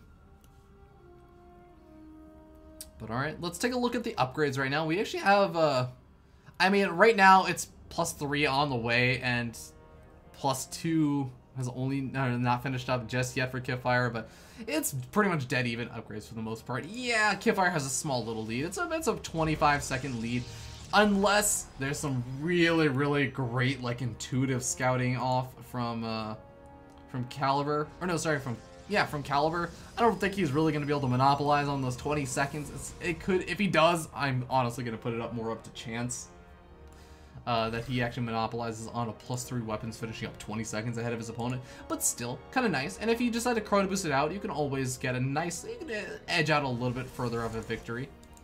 Caliber actually not chrono boosting anything out though, and in fact Qualifier being the one to chrono boost it out. So he's actually going to be catching up with that +3 weapons. He may very well even just finish it up a couple of seconds before Caliber. So all in all, upgrades not going to be playing a huge role in this engagement, or that I eventually assume will be coming up.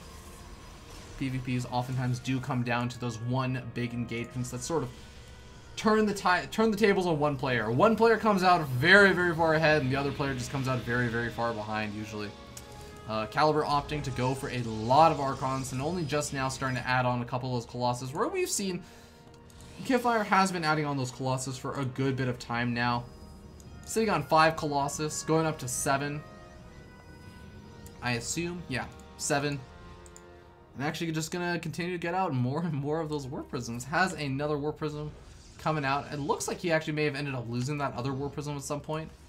I do apologize for missing that, but doesn't look like he killed off any more workers. These Blink Stalkers, I've got to hand it to Caliber. I mean, we've been talking about how the Warp Prisms have been staying alive quite a bit of time for Qualifier. These Stalkers, these Blink Stalkers have actually been staying alive for an absurd amount of time for Caliber. He's lost an Observer or two here and there. Maybe he's lost a Stalker here and there, but he's been able to pick off a Pylon, pick off an Assimilator, blah, blah, blah. Like, just make use of these Blink Stalkers. It's not a whole lot of use. It's not an absurd amount of use, but these Stalkers have just been around for the entire game. These are veteran Blink Stalkers. These guys are all 75 years old, war veterans, but they are still the sharpest shots on the squad. Qualifier just kind of moving around, getting up that big Doomsday army, but both these players are going to be maxed out very, very soon, and it's very much going to be a question of when you have these maxed out armies, would you rather have 10 Archons or 9 Colossus? Is that right?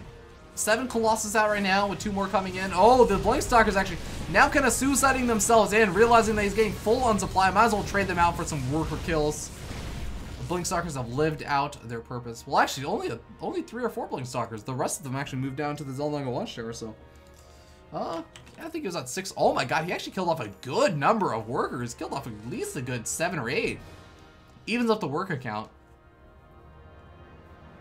But these Blink Stalkers still sticking around. And the thing is, the Stalkers aren't really the most effective units in the later stages of the game. And oh! Side Storms going down from Qualifier once again. He's been loving those Side Storms. And let's take a look at that worker count. Another 10 workers killed. Definitely not too shabby for the 2 High Templars. And fun fact, did you actually know? I actually didn't know this until recently. You can actually see the shields of Protoss units over here. Well, actually, hold that thought. High Templars being unloaded. I guess he was checking the energy on those High Templars, seeing how much energy is left over. See how long until we can go back in for another round 2 with that Warp Prism High Templar drop over the 3rd expansion. But we see that Caliber is actually moving across the map. We're going to see the big engagement. And will those 2 High Templars be better off on this side of the map? Maybe storming down on top of some of these Zealots, storming down on top of some of these Colossus? I don't know, but I feel like, you know what? It's going to come down to a battle of splash damage versus soaking splash damage. Yeah, the Archons do some splash damage, but those Colossus, they are going to be so, so important. Let's zoom it out a little bit because this is going to be a very, very wide engagement angle. The Warp Prism going to be moving in potentially very, very soon. The engagement is going to be happening though, so he doesn't want to risk miscontrolling his army. The cost of being able to kill off a couple of workers here and there. Warp Prism now moving around in. We actually have a couple of these Stalkers once again from Caliber picking away at whatever workers and just kind of doing as much damage as possible. High Templars being dropped over in the low ground. Oh, looks like Caliber may have noticed. Okay. Warp Prism gonna back out. Not quite able to do the damage you wanted to with those High Templars, but still.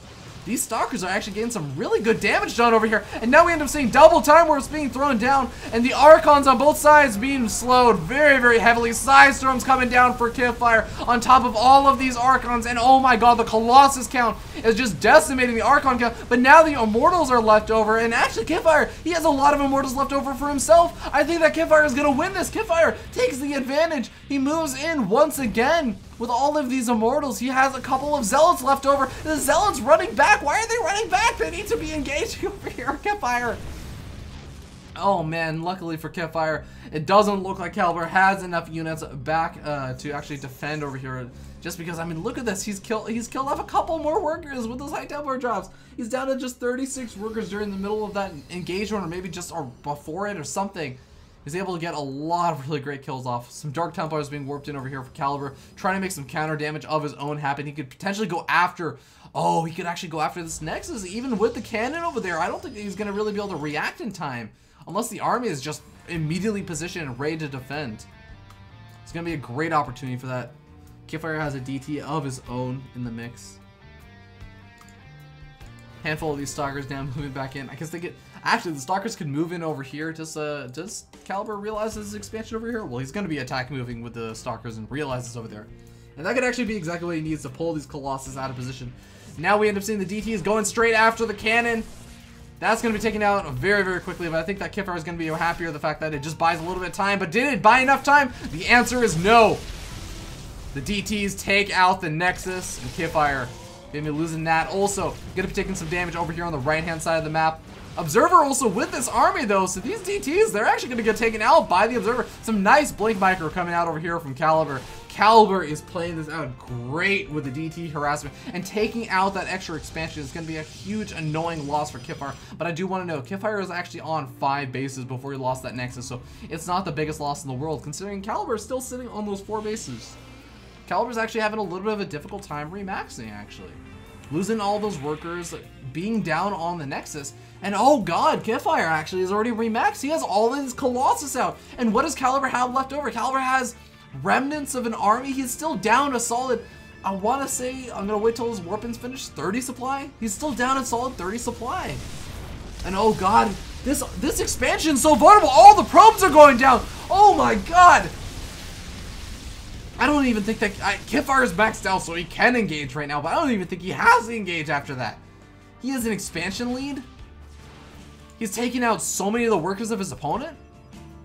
He can honestly just build up a little bit of bank and go for it, but he's going to go for it right now anyways because he knows he has the big maxed out army. He's not going to get any bigger with his army right now. Only the Remax will get bigger, and he has taken out a majority of everything except for the Immortals, and the Immortals for Caliber are now dissipating. Only Colossus left over for both these players, but it is simply a matter of numbers and the fact that Air Army exists for Qualifier. Qualifier takes the series 2-1, taking the series and taking that second qualifier spot for the Breaking Out Invitational, and the Breaking Out. Oh my god, I'm getting the name of my own damn tournament wrong.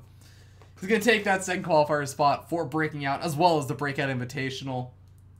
As I think Rifkin from Base Trade TV said before the stream started, he takes the Tie Breakout Invitational, or Tie Breaking Out Qualifier, as this was a 3-way tie between 3 players, and of course, Qualifier going to be the one to advance on. He's going to be advancing on alongside players such as Medei, Jon Snow, Zan, and oh my god, I'm always just going to forget one of these players. I feel really bad right now.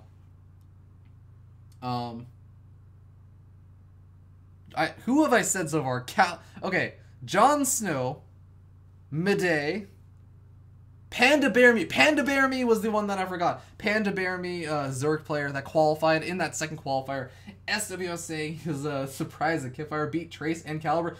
Damn, you know what? I think that Qualifier actually played that series out, both of those series out really, really well. The high Templar drops are especially like just such a cool little twist and something that you don't see Protoss players doing very often. And it's just this kind of flair, this extra little flair that he has in his style. And I think it's super awesome to see that. I love seeing Protoss players, or just... Sorry, not pros, but I love seeing players who have unique things in their playstyle. It's not just this direct carbon copy of, well, this is what Liquiteja did. So I'm gonna do what Liquidtasia did. Are you stupid? Why wouldn't you do what Liquidtasia did? No, you're adding in your own personality, your own belief, and your own flair, and your own abilities, your skill sets into your gameplay, and that is what is really awesome to see. That is actually one of the things I love seeing about StarCraft more than anything else. So congratulations to Qualifier. He starves his opponents, he says. That reminds me of Bones. I think Bones likes to play out the late game. But congratulations, and he's going to be, again, advancing alongside Panda Baramy, so we'll go ahead and just update the score overlay one more time to reflect it. Actually, you know what, I can just go ahead and do this.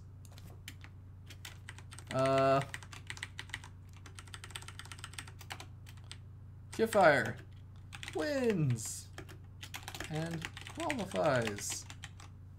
Alright. So yeah, congratulations one more time to Qualifier. He's going to advance on, and we will be seeing him on Breaking Out Season number 3. My name has been Fear Dragon. This has been an interesting stream, and I do appreciate everyone who decided to tune in. I also want to give a huge shout out to youtube.com/HuskyByTheGeek. Plays this crazy, cool music. And yeah, that's going to be it, guys. So thank you all so much for tuning in. If you guys want to actually go ahead and give the channel a follow, you'll actually be able to catch Breaking Out over here on this channel. I do want to give a shout out to everyone that did actually tune in for the stream. Of course, a big shout out to everyone that participated in the chat, especially. First of all, Base Ray TV for doing the initial kind of joke about Breaking Out. Oh my god, I don't even know.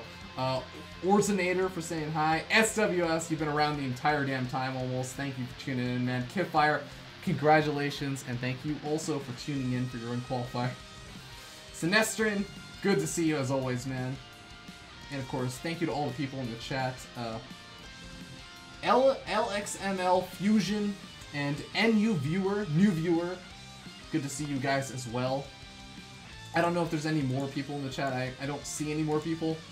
But yeah, thank you guys all so much for tuning in. And of course, if you guys want to catch my VODs over on YouTube, it's youtube.com/FearDragon64. I'm going to start actually uploading more videos there. And I'll tell you why. It's going to sound really bad at first, but I've had the ability to actually advertise on the my YouTube channel for a good 2 years, but I haven't had a reason to. I honestly, like, I upload YouTube videos, and I obviously do want people to watch those. But I wasn't really interested in making a lot of money off of everything, but I'm starting to realize now that I'm kind of missing out on an opportunity to not necessarily add money into my own pocket. I'm not trying to like make some big profit off of esports or anything, but I have the opportunity to instead add to the prize pool of Breaking Out through the ad revenue. So if you guys are interested, I would definitely appreciate if you guys give me a follow or a subscribe or whatever you call it on YouTube. And definitely consider checking out some of those videos. You know, you don't have to watch everything, but if you catch something that you like or you want to see, especially Breaking Out, if you can't catch all the broadcasts, then definitely consider checking that out. That as well as, of course, following me over here on Twitch, always helpful. But yeah, other than that, twitter.com/FearDragon64. Definitely check out Qualifier. I believe he is twitter.com/KIFIRE. Even though there's a 1 in his name, normally, I think on Twitter, he does not have the 1. I distinctly remember that. Okay, I totally lied. There's definitely a 1 in his Twitter name. KIF1RE. And Qualifier, I am in fact a full YouTube partner. I've actually been a full YouTube partner for a good 2 years. Oh man, like they gave it to me after when I was like making videos for like Smash Brothers, really long time ago. Yeah, I've been able to monetize for a really long time. I have like live streaming abilities. I have everything enabled on Twitch, or sorry, on YouTube. I have every single feature except for subscribers on YouTube, which I don't have an interest in anyways. But yeah, ladies and gentlemen, that is going to be it. Once again, thank you so much to Qualifier. I'm going to try and keep this short also for the VODs, but also a big shout out to Husky by the Geek YouTube channel. Definitely check him out. He's playing this music that I have going on right now. But have a wonderful night, guys, and hope to see you guys in the future. And of course, keep laddering all you hardworking North American players that are trying to qualify for Breaking Out Season 3. There are still 2 more spots available through the ladder qualifiers and 1 more invite spot left over. Of course, the deadline for the videos has passed, and I will be releasing a list of all the people who have applied for the qualifier giving some sort of ranking list for probably like top 8. I don't think I need to do more than top 8. But yeah, thank you so much. Have a wonderful night, guys, and I'll see you guys later.